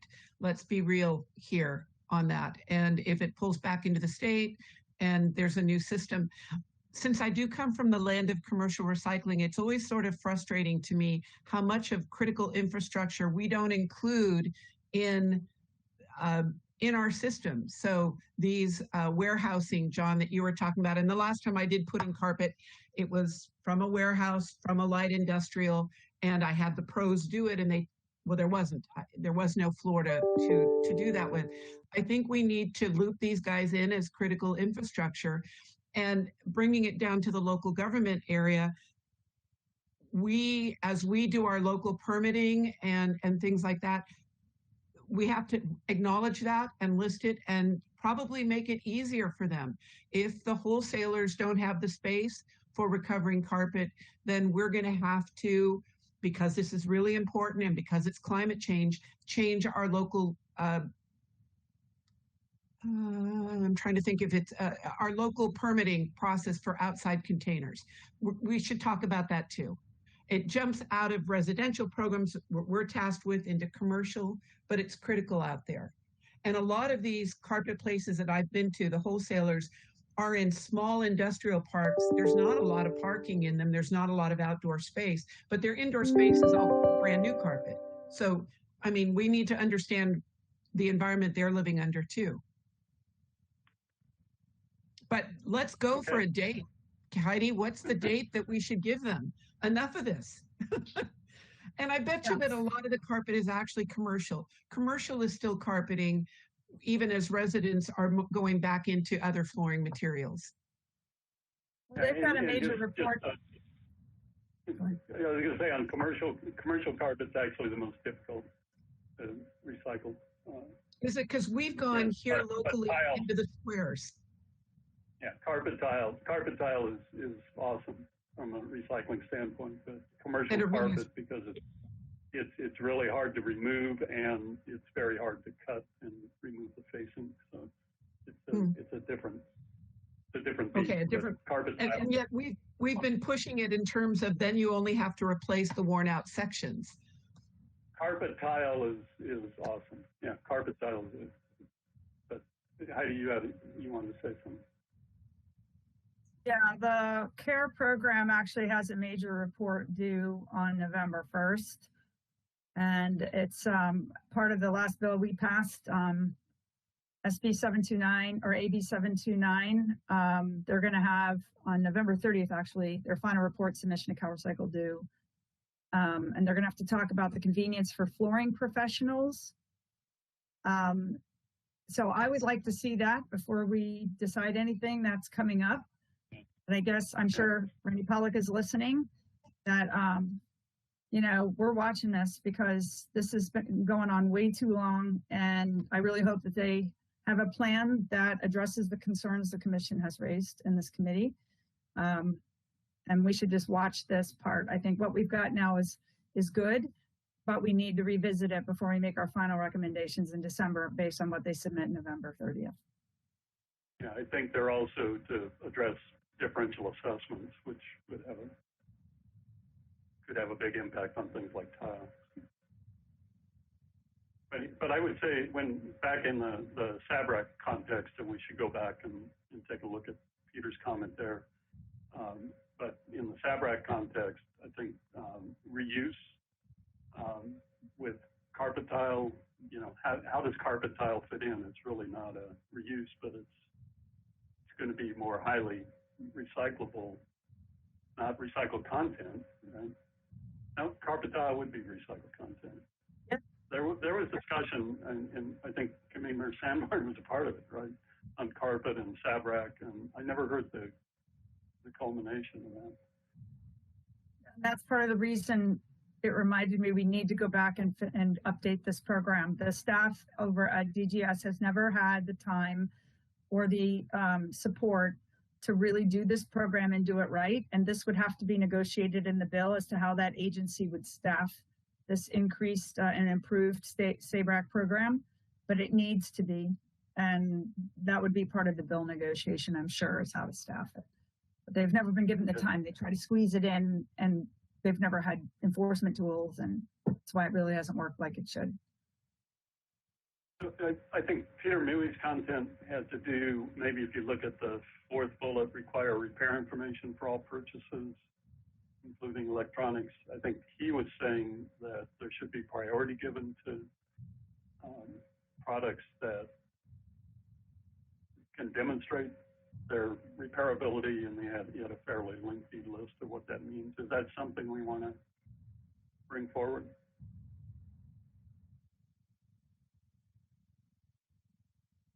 I think we also, I'd be open to including the other flooring types too, if you all thought that it was time, because to me, I see that some of these companies actually make both the flooring wood substitutes that are vinyl in addition to the carpet.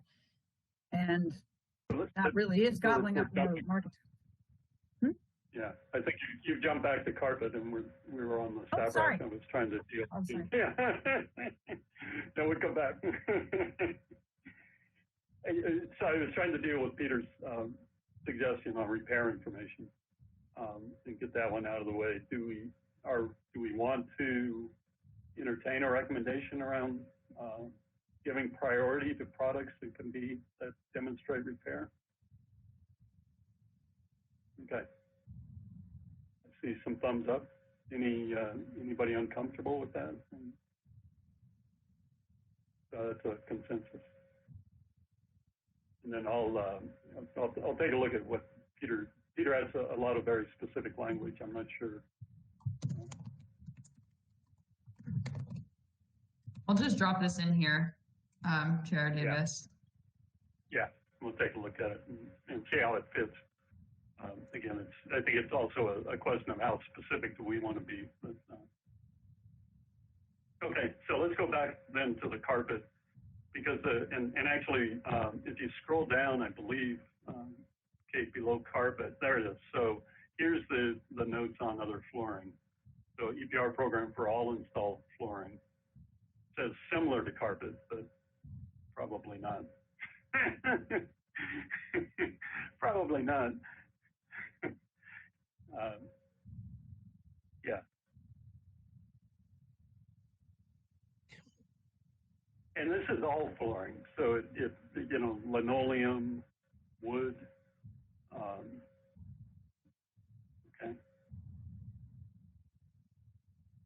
Member Schneider. Again, I'm trying to do the reuse side here.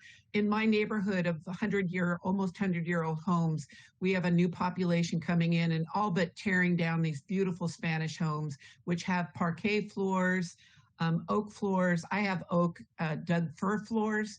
And even with our demolition permits, it's all getting trashed. So I would love to see that we have wood recovery. We're lucky in the Bay Area that we have a number of reuse building supply stores, but certainly there are not enough of them to handle that wood supply on there. So if we could throw in these beautiful floors, I'm going to now be pushing locally the end of Monster Homes, something that Santa Clara dealt with 10 years ago. But this demolition of homes to build in ultra moderns full of who knows what, but it's breaking my heart, given that we finally have some gorgeous homes here and we're losing them, as well as all the embodied energy in those materials.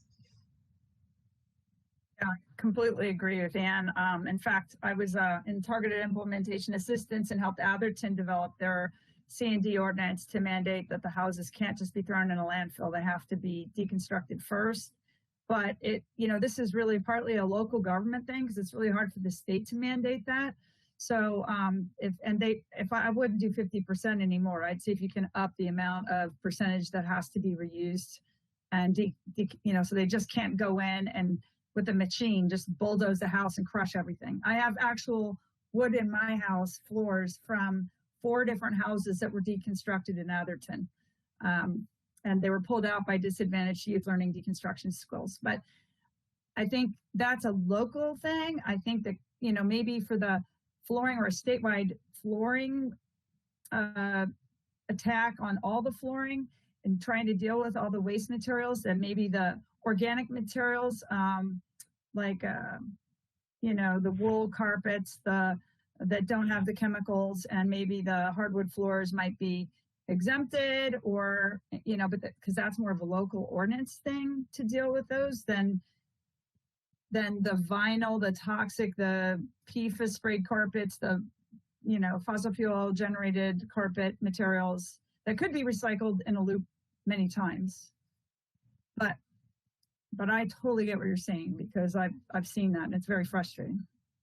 I think what I have seen is that a lot of the solid waste issues in its broader sense aren't getting down to the local government level. The concept, deconstruction is written somewhere in Milbray's paperwork, but it's not being used. And unless the state starts pushing back down onto local government, my fellow local governments are going to hate me. I can hear unfunded mandates, but we're going to have to put pressure back onto local government. It's going to have to get back to their planning department, back to their sustainability department if they have one. Remember, a lot of small governments don't have that. And over the years, they have relied on their garbage companies to provide that service on there. So I think it's time that we push down on all flooring materials. We could kind of blanket it with flooring materials, but say, local government, you've got to take more of a role in this. And especially for those of us who have, and how do I say this correctly? We have a lot of people moving into our area who come from other countries. So they didn't grow up in our recycling environment. So how do we bring them in? Variable can rate gets them on weekly garbage because they get the dollar amount from variable can rate, but they don't get, wow, I should be restoring and saving my home rather than tearing it down and building something from scratch. So I would, as a local government person, love to see the state say, local government, you need to step up. And here's the list of actions you're going to have to implement at your planning department, which is that education to the customer. Any member Toyota? Since we're talking about off flooring, I did want to bring up some of the comments of some of the people that I talked to about the LVT flooring and so forth. And one of them was Amy Costello, and Heidi, she says, hi, I guess you've talked to her before.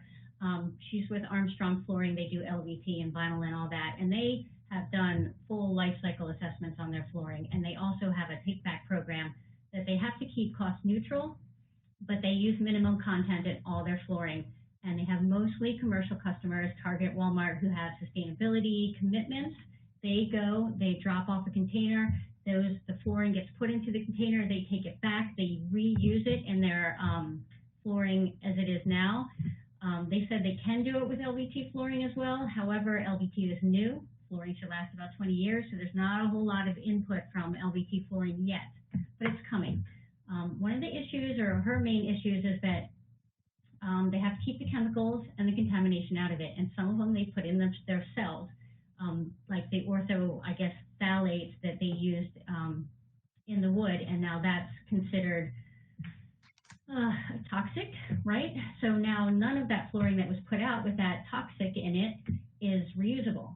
So that's a big issue, is keeping the chemicals and the toxins and the contamination in the process, as well as from the deconstruction out of the materials.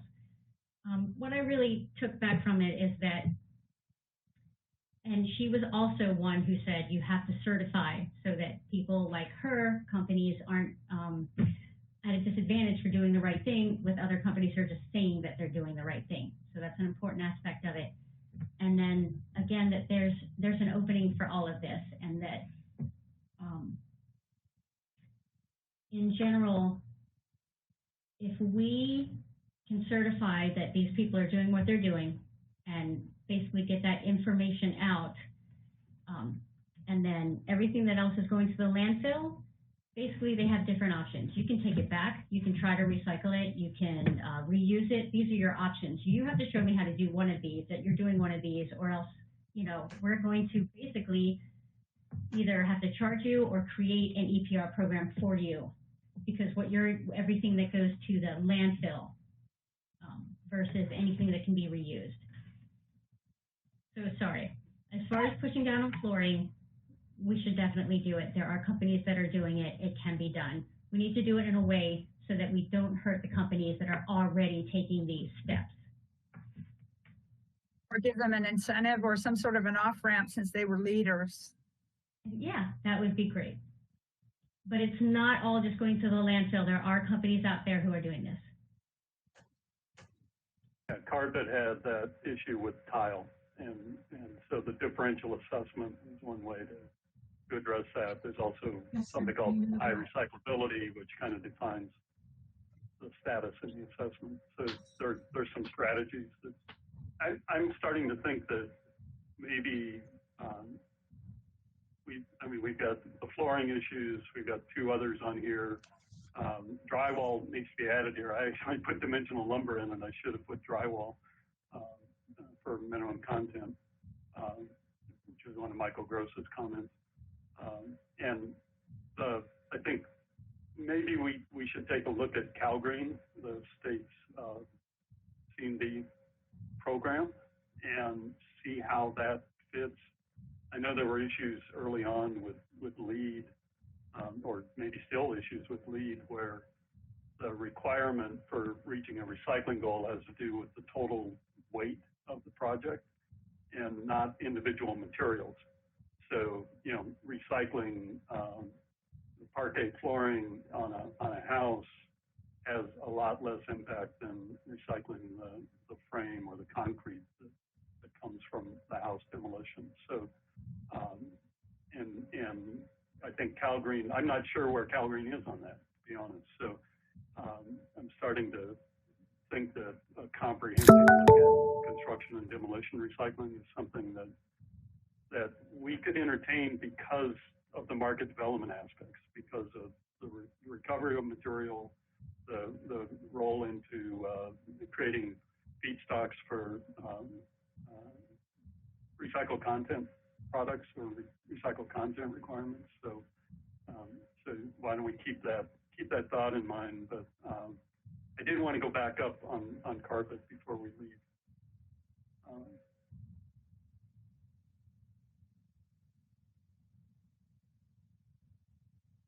Yeah. So the first two bullets here those were kind of my pet attempts throughout the whole process to get a clear link about what is planned annually. What CARE does an annual report. What are they anticipating? What are they going to be collecting? How much are they going to be collecting? Because the collection drives the processing and the yield and the recovery of fibers to send to businesses. I cannot extract that from the information that they provide. And to me, a plan needs to do that. A plan needs to say, here's how we're going to get to where we want to be. And then the financial plan, I mean, they've got the authority to finance this. And so the financial plan needs to link the expenditures to the activity. So those two bullets to me are kind of the underlying, this should tell the story. And I think if the problem is they're not collecting enough material, it would fall out in here. You know, they know what the yield from their collection is. I can't tell you by fiber type what it is, but they know. And yet we don't see it. So, so I, you know, these are kind of wonky, but to me they're essential in being able to have a workable plan. The last thing, Sanborn will recall that we discussed some comments that had to do with PFAS and microplastics, and a study that the CARE commissioned that showed there were both microplastics and PFAS in some of the uses that was being looked at in the study. I found the study, and basically it kicked the can on the PFAS and said, yeah, we should do more work on that. The Department of Toxic Substance Control has raised concerns about and I'm always struggling what PFAS are. They're perfluorinated compounds, but about the presence of those in carpet, and microplastics. I think CARE's response on microplastics basically said, well, you know, there really aren't standards on microplastics, but I know that local water agencies and wastewater treatment plants need to report the presence of microplastics. So that to me suggests at least some kind of a reporting standard. On PFAS, there are standards, and so I don't know, Committee Member Sanborn, if you have some thoughts about how to respond to the comments. Yeah, because we got comments from scientists, PhD scientists on the green chemistry advisory panel, and they emailed and said that they're very concerned about some of the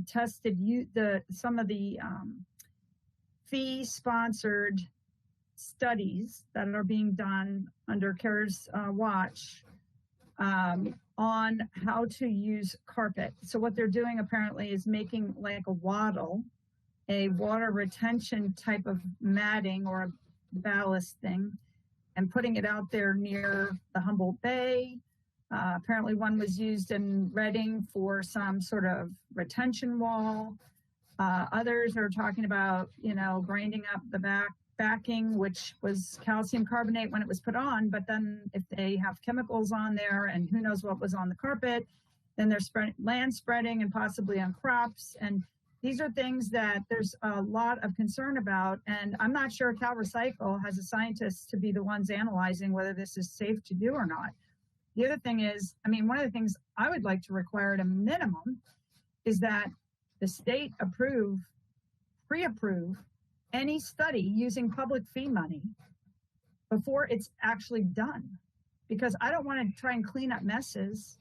If let's say Cal Recycle says, we're not expert in this area, we think that we need a WEHA consultation, then the fee should pay for that, a WEHA consultation, because if they're going to use that ground up carpet or those carpet fibers to do filament or filtration before things go into the Humboldt Bay and it's got chemicals on it, I think a WEHA needs to be involved, or somebody else that is not a that has the expertise to determine if that's safe or not. I don't want to just find out later. The other thing is they're not revealing the results.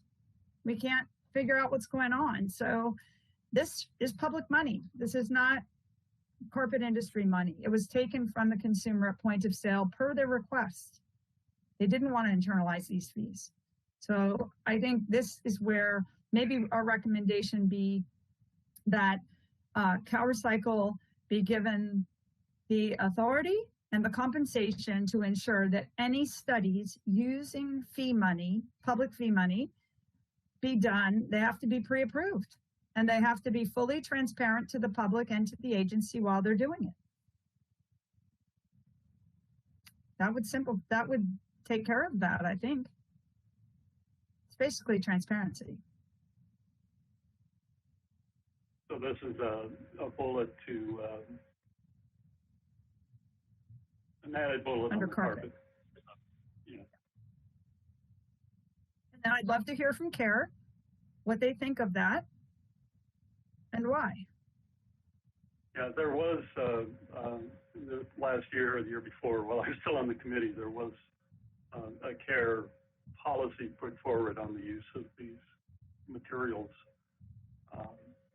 Basically, it doesn't address the studies that I think your recommendation points to, but there was a fairly lengthy set of recommendations that I want to say put the onus on the product manufacturer or product proponent to prove that their use would be okay, or to consider, the impacts. So, but there is a document out there, but it doesn't address the studies, and I think that was your specific recommendation. And I think the microplastic one is a separate item, but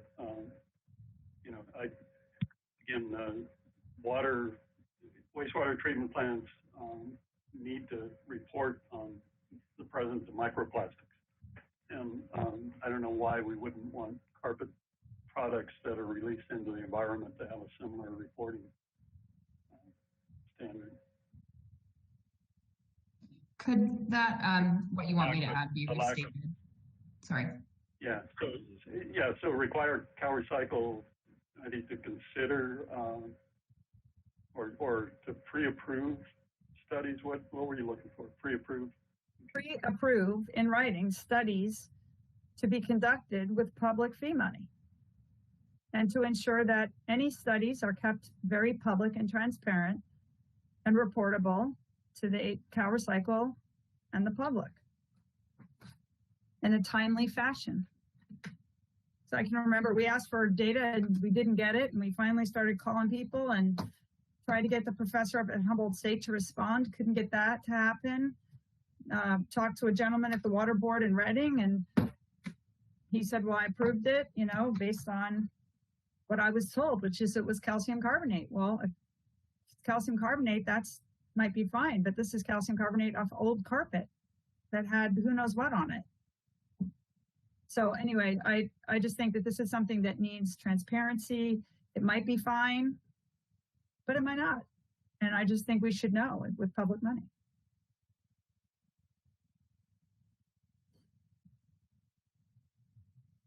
Okay. And I would encourage Kara to comment on this. Yeah. So we're looking for some written comments. I think Or they can at call this in now point- on this item and give us ideas. Yeah. Okay.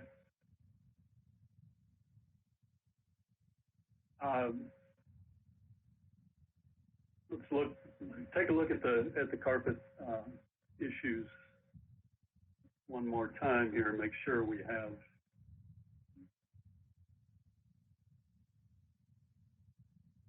captured. We've had a long discussion here. I want to make sure we've captured enough to go forward. I don't want to lose ideas. So we've added the 2 points. And I guess I would modify collect carpet at no cost rather than from landfills and transfer stations. We want to collect it at no cost without qualification. Could be retailers too, large retailers. Yeah, public sites.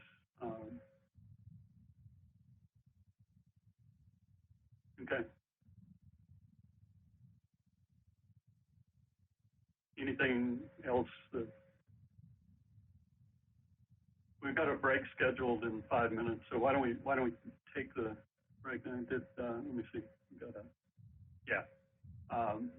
Should we take the break now and then come back and let's think about this kind of comprehensive list of C&D materials and begin to work our way through the rest?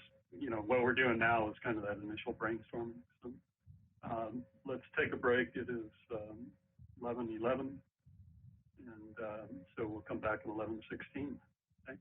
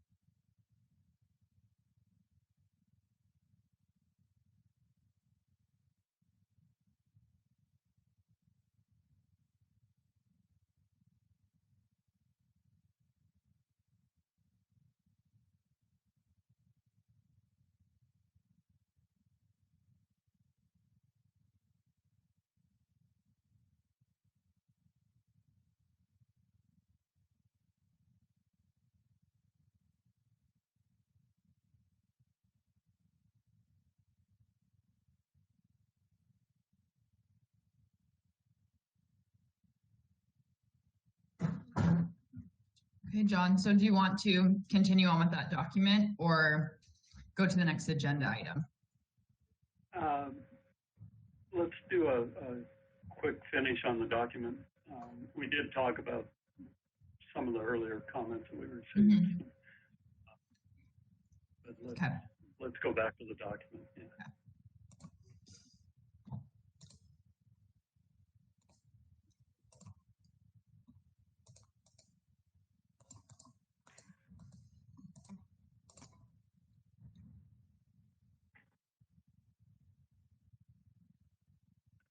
And I think you can scroll down below the carpet. There. Yeah.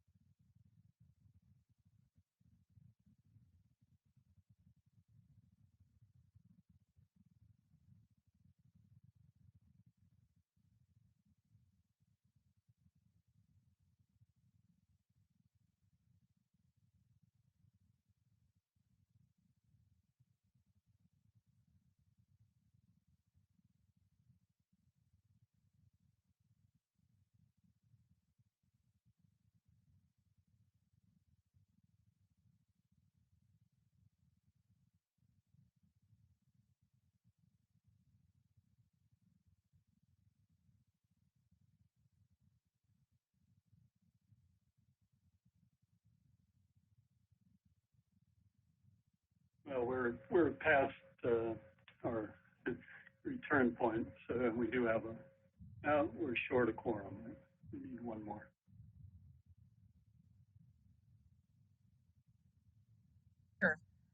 John. Yeah.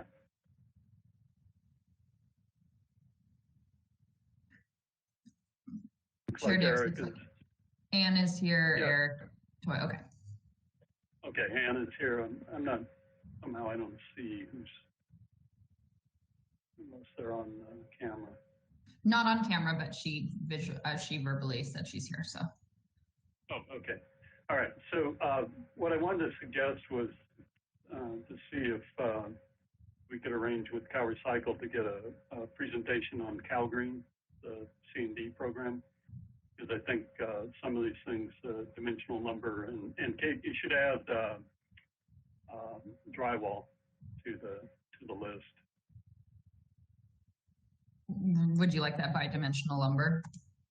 Yeah, underneath. Well, it's a separate item, but yeah, following dimensional number, drywall, minimum content. John, Yes. if we could, and I don't know if Cal Green is covering this, there's demolition of existing properties and then there's deconstruction, but there's also adaptive reuse in place and adaptive reuse by relocation. And both of those are going to have by far more greenhouse gas advantages than a demolition or a deconstruction. And I think, at least in my community, we are losing sight of the fact that some buildings, it's their end of life, tear them down. But some of them can be remodeled and made into 21st century lifestyle. And it's breaking my heart, truly, given that I helped work on deconstruction in the early years, how little we've talked about adaptive reuse. Okay. So, Kate, if you want to add, just add a line for drywall. Oh, I'm sorry. It's not sharing. Yeah, There you go. there we go. Okay. And then I think If we're going to let's talk, go scroll down from here, because I want to incorporate what Ann Schneider just said, but it's not, these are materials. Okay, so keep going down. gotcha. So yeah, this is probably a pretty good statutory line. If you go up, there it is, the competitive collection and use of secondary waste material. It's such a vague term, and we want to talk about efficiencies in the waste stream. So something I think that you just mentioned, and Schneider just mentioned, is an efficiency.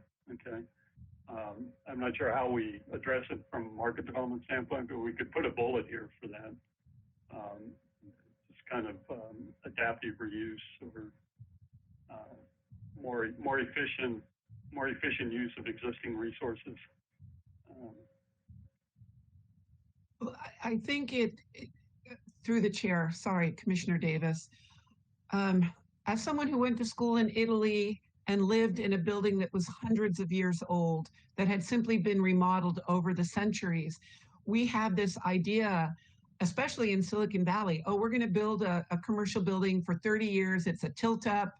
You know, they had to do some remodeling now because of earthquakes, so the buildings roll a little bit, but they're designed for obsolescence. And it is absolutely horrible to design a building for obsolescence. Yeah. So it's really, it's source reduction at its highest point. Yeah, I think what we want to do today is get some bullets to carry us forward, because we need to finish the agenda. So, yeah, however we want to describe it, I think we're not going to discuss it today. But, okay. Let's put a placeholder in there. And then my suggestion is that we get a presentation on CalGreen for our next meeting, if we can arrange that. I believe pretty sure there's some staff at CalRecycle who works on the CalGreen aspects. And it would be good to get kind of the overview like we've had on SABRAC and other programs as a starting point. And then we can get into, I think, more detail here. I'm not very familiar with we also have a bullet on, or a discussion that we haven't entered into on EPR. I think the subcommittee with Mr. Medrano kind of brought these up, but I really want to spend some time going forward on that, since we have some very knowledgeable people here. And you know, there was the idea at one point in having a framework around EPR, and I think that's maybe part of that letter that Member Sanborn was talking about. But we ought to move off of the recommendations, because we have our next agenda item is to discuss previously received comments, and we have, I think, addressed some of those already, but we should take some time to bring that up. And Commissioner Sanborn had sent around, I think, a letter, Kate, that I don't know if you have it available to look at.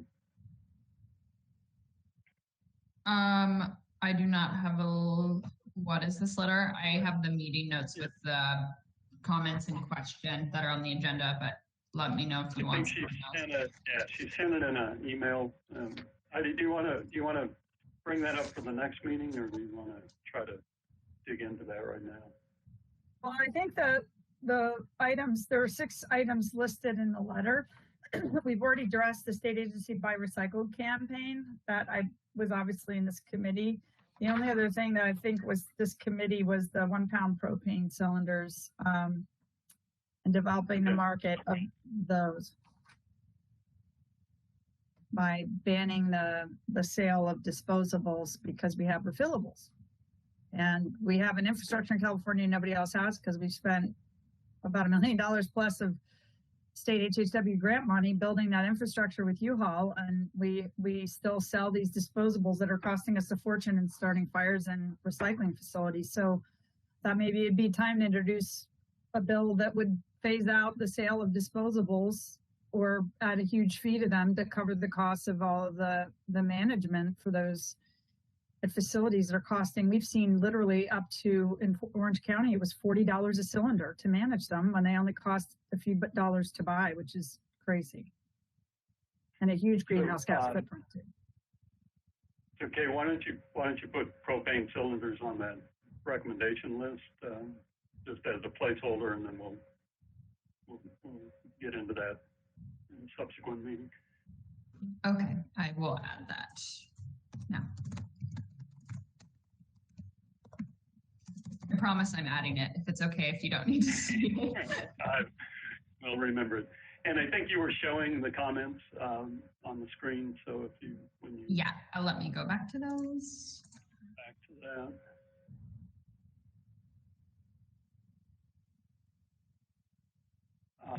So Gail Weiss had a number of comments, including some modifications to existing programs.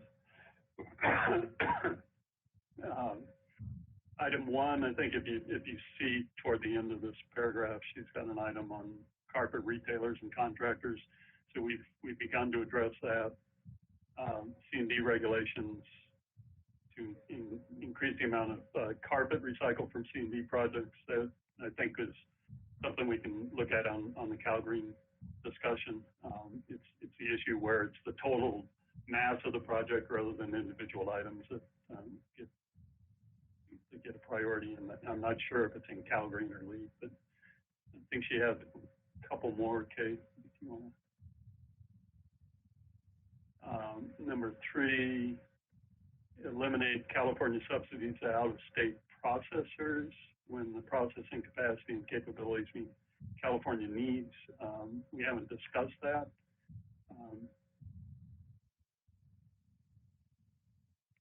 I think I seem to recall a discussion about meeting in-state. I think that was one of our recommendations, that there would be collection sufficient to meet in-state capacity at a minimum. So we may have indirectly addressed item 3.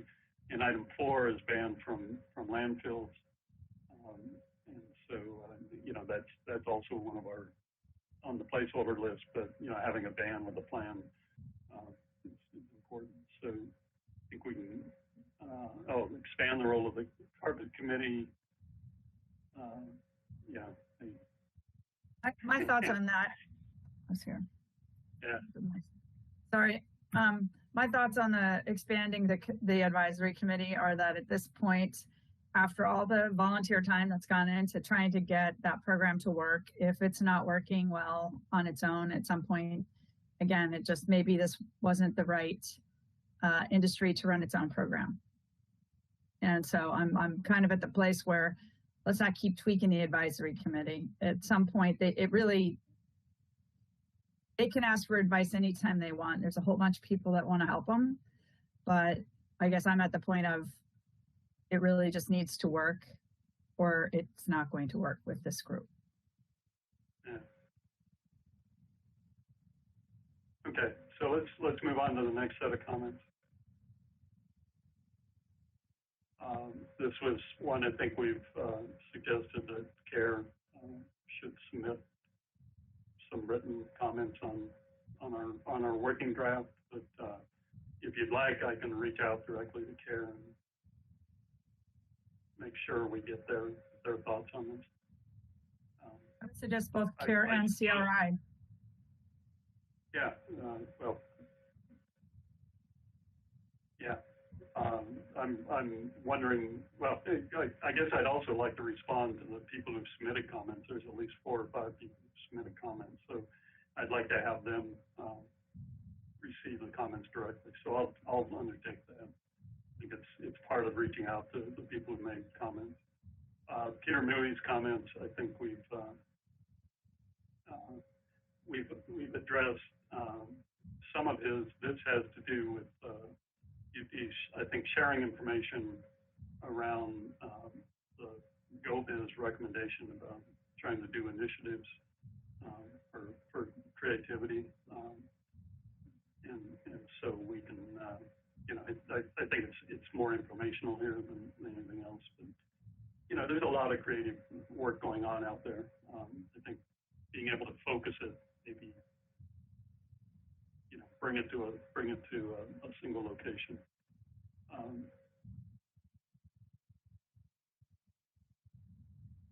Advanced recycling technology. I'm not sure, was this Peter Muey's comment?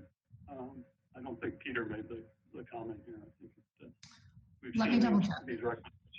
Tim Shastrick, I think, is probably the source of it. He was listed on there as a comment. And this idea of advanced recycling technologies, I don't know where that fits. It is, I guess, a market development aspect. But Heidi, you have your hand. Yeah, I think that definitely was, I believe, the American Chemistry Council's comment. And I actually, the chair and vice chair and I spoke this morning with Tim Shestek for half an hour because I don't know if you've all seen it, but there was, I think, a group of 8 to 10 associations that sent a letter last week with concerns about the process of the commission. They feel like they're not getting heard or responded to quickly enough.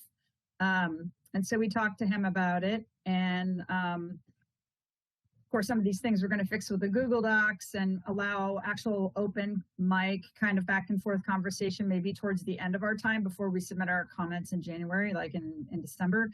But so they have gotten feedback from us, and we did let them know again, as we've said at multiple meetings, that I have asked CalRecycle to come back to the full commission, giving us the legal lay of the land on what is advanced recycling, chemical recycling versus conversion technologies. What are the legal things? So the whole commission is clear on what they mean. But the bottom line is it's not defined in law what chemical recycling is. And if it's making a fuel, it may not be recycling at all. If it's making a product, it might be. But those things we have to understand first. Then we can start having these discussions. But this is not a low-hanging fruit item. I don't think anybody would think it is. It's going to take a lot of discussion and a lot of research. And we're not going to be able to get to that before January. So I did relay that back to them. So the full commission is going to take it up first on a fact-finding thing with CalRecycle. Then we're going to start deciding as a group when we want to hear these deeper dive discussions about what is chemical recycling, is it working? And I did ask them to put in writing if they had any other information than what we already understood there to be, which is that none of these are commercially viable yet. But maybe they are, and we'd like to have the proof. So the general topic is not parked in this committee. It's, okay. We will correct it to show that Tim Shestek did this comment, and I'll repost. I was going to. I mean, it would go here if we are going to call it recycling and we are going to try and develop the market, but the commission has not determined that yet. I was going to suggest to also CC the recycling committee, so they're aware of this comment. But to Commissioner Sanborn's request for information, I think we also need to ask CalRecycle as to what qualifies as diversion based on the different technologies identified. That was all supposed to be part of the presentation, and I was going to ask them. I think it's going to be at the next commission meeting that they're going to discuss this, but I have to go back and ask Zoe. Okay. Next comment. So the Peter Muey will be corrected to Tim Shestek. Again, as we've addressed Randy Pollock's care, and we've addressed Gail Bryce's comments. Is there anything else down below there? No. Okay. So unless we have other comments, I think we've worked our way through it. Sarah, Toyota. Going back to the closed loop report, I did read that, and in my mind, I felt like it was out of our purview because it's not specifically recycling. one of the issues that they had was that they needed a clean, clean, consistent supply of plastics, and we need that for anything. So we are, in some ways, that is kind of what we're supposed to do. Is we know that markets can exist without a good, clean supply, and in other parts of in different committees, recycling and labeling and all that, we are at least working on that portion of it. So if the markets do come up to be something viable and under our purview, then we're kind of at a head start to getting them some of what they need.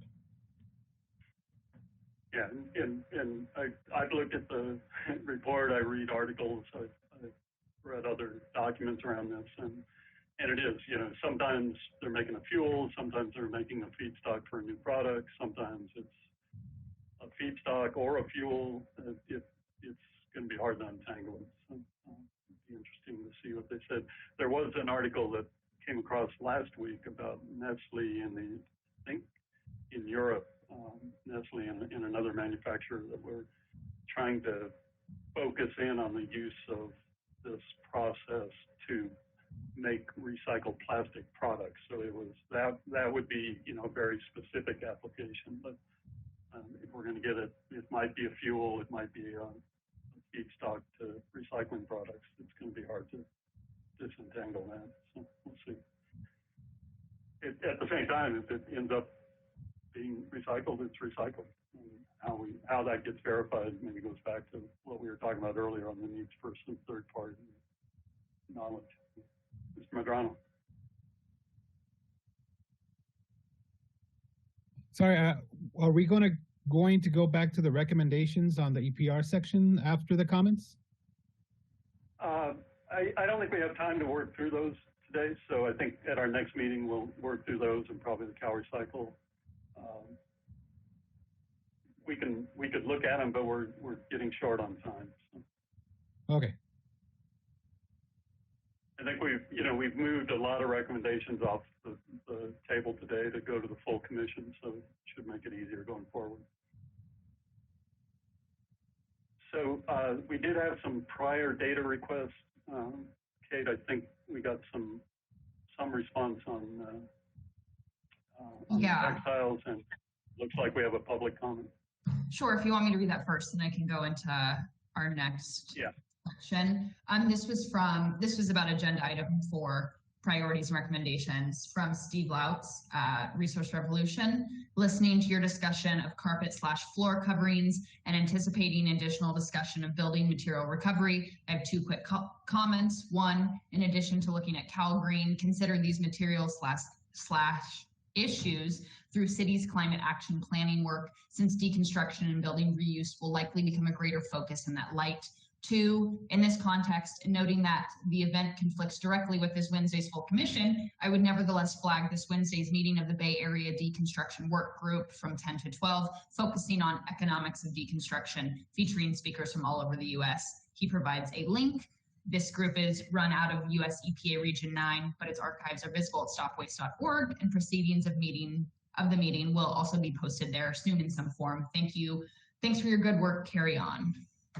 And that's Steve's comment that has been published. And for data report. Any member Snyder, just raise your hand. And oh, you want me? Okay, thank you. From Steve Lautz, I would love to see that too. I think it's important for the public who may go back and watch these meetings. I doubt it, but if they do, that we really get the reuse aspect of the C&D field in it. So Steve Lautz, thank you for those comments. Yeah. And one more comment. Okay. Yes, we just came in a comment from Peter Mew, Fix-It Clinic, for Ann Schneider's comments on adaptive reuse in building renovation and demolition. There's a coming crisis in solar panel recycling as PV panels are being removed from service that may still have many years of remaining life generating electricity in place, maybe by upgrading the panels with a low-cost updated electronics module to provide load balancing and monitor their overall operational health. Sorry, I read that kind of weird. To encourage keeping those panels in place, generating electricity, which is their highest and best use. Can the committee extend the idea of adaptive reuse to include solar panels if it doesn't already? That would address multiple issues California/Cower Cycle is trying to address. That has been published. Okay. I'm for it. Yeah, this brings up an issue that I actually raised in our letter, and it was from our policy committee and our chair, because I didn't want to sign this one, but is EPR framework for household hazardous waste.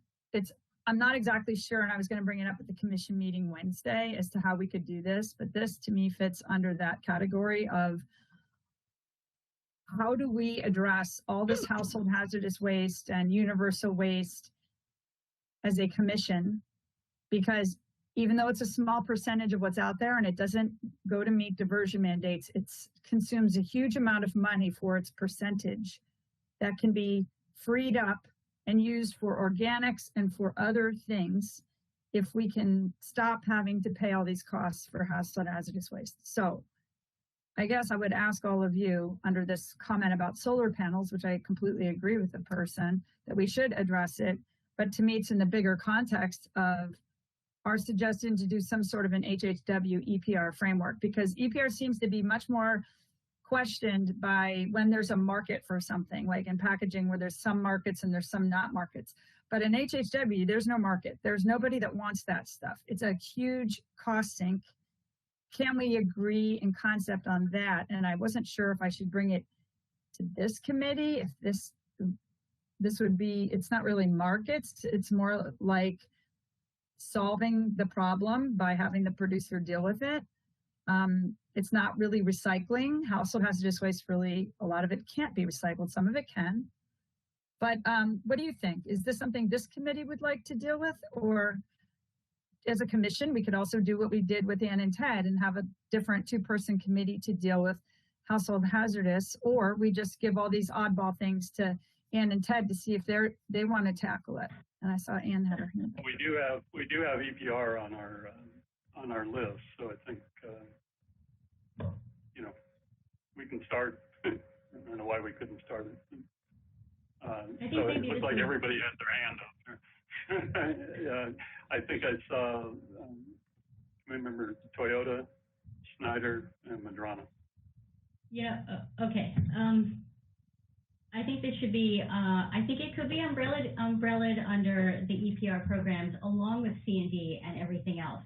I feel like everything that the EPR program should be set kind of on a scale so that basically if you have a product, you have several avenues. It can go to the landfill. It can be adaptive reuse. It could be minimum content. It could be recycled. It could be this.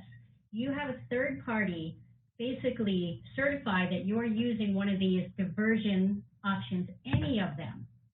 Or if they're going to the landfill or hazardous waste, it can't be recycled, going to the wherever it has to be taken care of, you have to do a life cycle assessment by this certain method, and then you're going to pay the cost on that life cycle. And that's the driver in the EPR process to bring about a lot of options, not just the recycling, but for reuse, adaptive reuse, anything, so that if you're doing those things, you don't have to pay the cost and do the life cycle assessments. And I think the life cycle assessments are important because if you're going to put a cost to this and really make them pay, you have to show what they're paying for. And what options are out there? Schneider? I like what Commissioner Toyota just said, with one addition. To me, if things are ending up in the landfill, there should be a process where they get pushed into is there a product substitution? Sorry, is there a product substitution that could be used? Is that product that has a hazardous component or a universal waste component, is there something that could be substituted to remove that problematic material so that we're still keeping in mind our goal of reduction to materials to landfill? And it may take years to design that toxic component out, that plastic window in the envelope, et cetera, but we have that product substitution line in there. I was just going to say that to me, part of what we're talking about in market development is sort of a null market.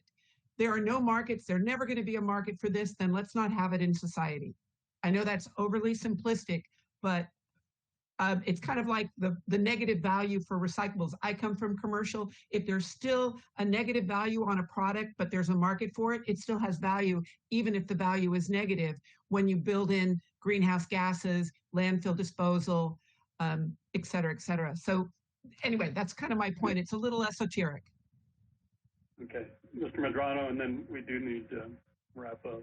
Well, just quickly, Commissioners Toyota and Schneider did touch on a lot of the items and points I wanted to make. But one thing, it does fall under the EPR umbrella, and any product that has an impact on society, especially on management for local agencies, has to be considered and make sure that the producer is responsible for its end of life. So I think it does fall under that umbrella, and we can address it at this committee, perhaps more on the general committee, the general commission meetings, because it's such a small subset of it, but it is very impactful on the local programs. Okay, well, let's take a start at it, maybe at our next meeting. Okay. What we didn't get through today was EPR, some specific materials, most of which ended up being on the C&D side. So I think we'll hopefully have a presentation next meeting around that.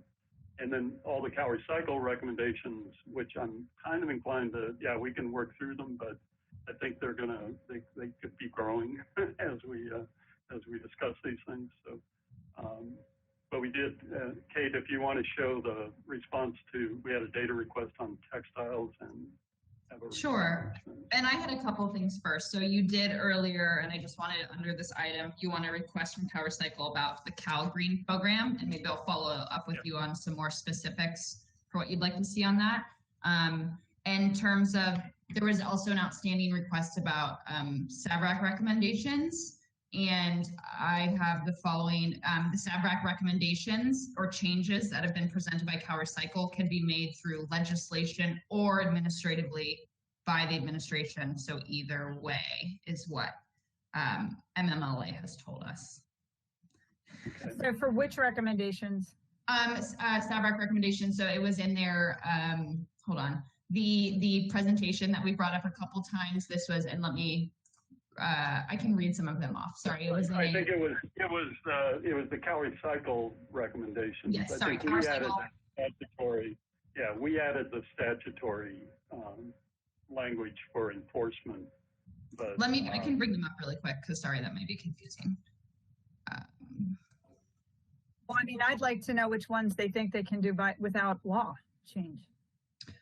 I think it is based on that. It's. Well, let me bring them up first. Then sorry, let me bring it up. I think it was. I think they were looking at everything as an administrative. It was these identified opportunities through legislation. They can do it, if they can change it all now, why are they? I mean, why hasn't it happened? It didn't be my next question, unfortunately. We can circle back and get some more info if you want to have more specific questions on Heidi. Yeah. Yeah. I mean, to me, if this could have been changed already and hasn't been, I'd like to know why. Is it a staffing issue or what? Okay. I'm not sure what CalRecycle can do unilaterally. Maybe that's someone else involved. I will forward the question. And then we are going to take that recommendation. We're going to take our SABRAC recommendations on Wednesday, so we're going to bring them forward soon. But it won't be final, but it would be good if there's a quick answer, Kate. That would be helpful. Oh, okay. Okay. Yes, I will forward it after. And then the other thing was just that I did share with the committee before. There was a request for some textile data. So this is all publicly available data from our waste characterization studies. So we just put this together because I know there was an ask for that, and that's what I had recorded. So yeah, let me know if there's anything on top of these or any other requests you'd like to make for any more clarity. Oh, that's really small still. Apologies. And so there's been 5 waste characterization studies. In every study, textiles was only one category. In 2018, there were 3 categories for textiles. So the total textile tons you see would be the 3 of those categories together in 2018. And then the percent of the waste stream in that sample year. So for the waste characterization study, how much textiles was a component of like our whole generation amount. I hope I said that right. Are these these are generation and not disposal? I'm sorry, not generation. This is disposed stream, waste stream, disposed waste stream. The waste stream disposal. So, In our fancy chart where it's like this was everything, you know, our waste characterization, and then we always have a breakdown of percent of Where's that. carpet? Huh? Is carpet in this? I don't see it listed. Is it separate? Let me check. My understanding I is believe it 3% of the waste stream by itself. I believe think carpet is separate.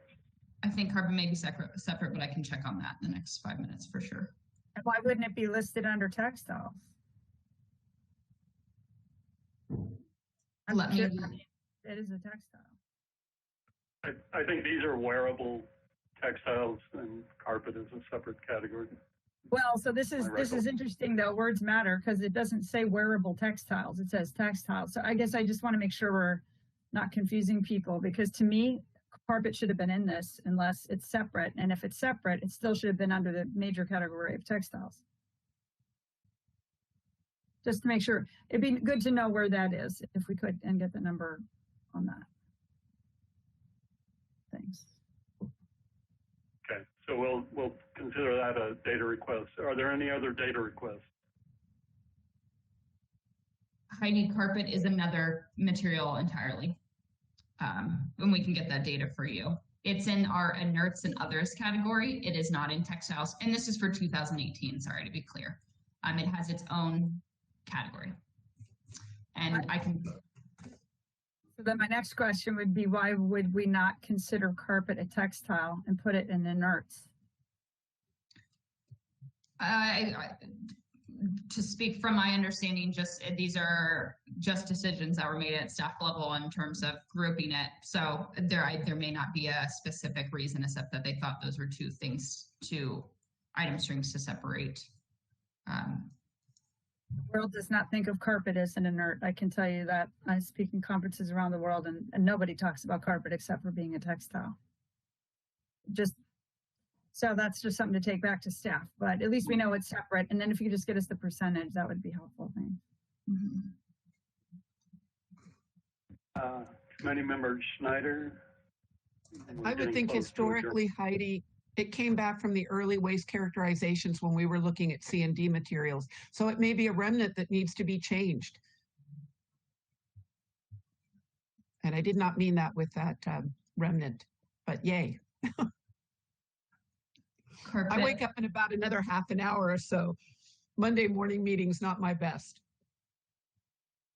Carpet was 1.6% of the disposed waste stream for the study, found 627,000 tons. I'm sorry, estimated. Yeah, is that estimated tons? Yeah.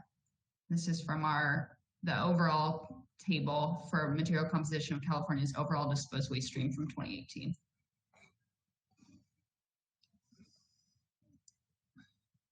Okay. Sorry. So we talked about CalGreen for our hopefully next meeting presentation.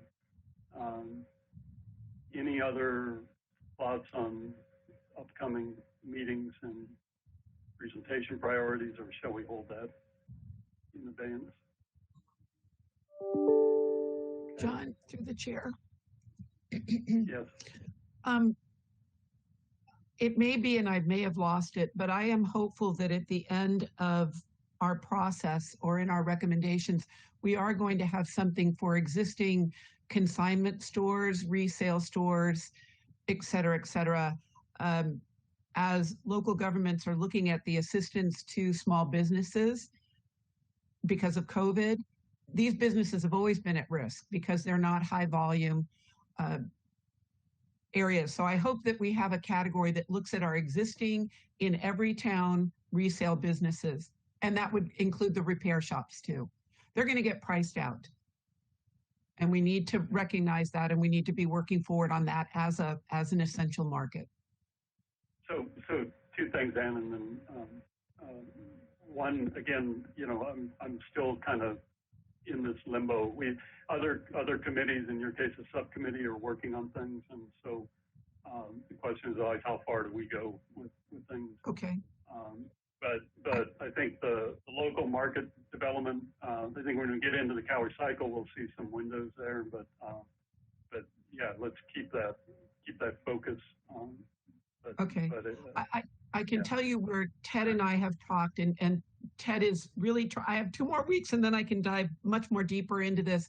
But with the limited number of pages in the final report, the reuse recycling area or the source reduction area will have to be really high level, because there just won't be enough space, and we don't believe that anybody will take the time to read it. So the question then comes, what will our recommendation do to do that deep dive into the resale repair world? Okay, we're just about out of time, so not to cut you off, and we have another It's okay. public comment, Kate, if we can get it in. I think everything else is finished on the agenda, and our next meeting is set on Monday, November 2nd. But if you can read the comment that we have before we adjourn, that would be helpful. Sure. Yeah. And on this meeting, if this is when you want Cal Green to schedule or just invite, we can add that in. But just that to note. So the question is from Peter again from Fix It Clinic on Commissioner Sanborn's comment, on my comment on solar panels. We're not just talking about residential solar panels. We're talking about trying to preserve acres and acres of PV panels on commercial buildings.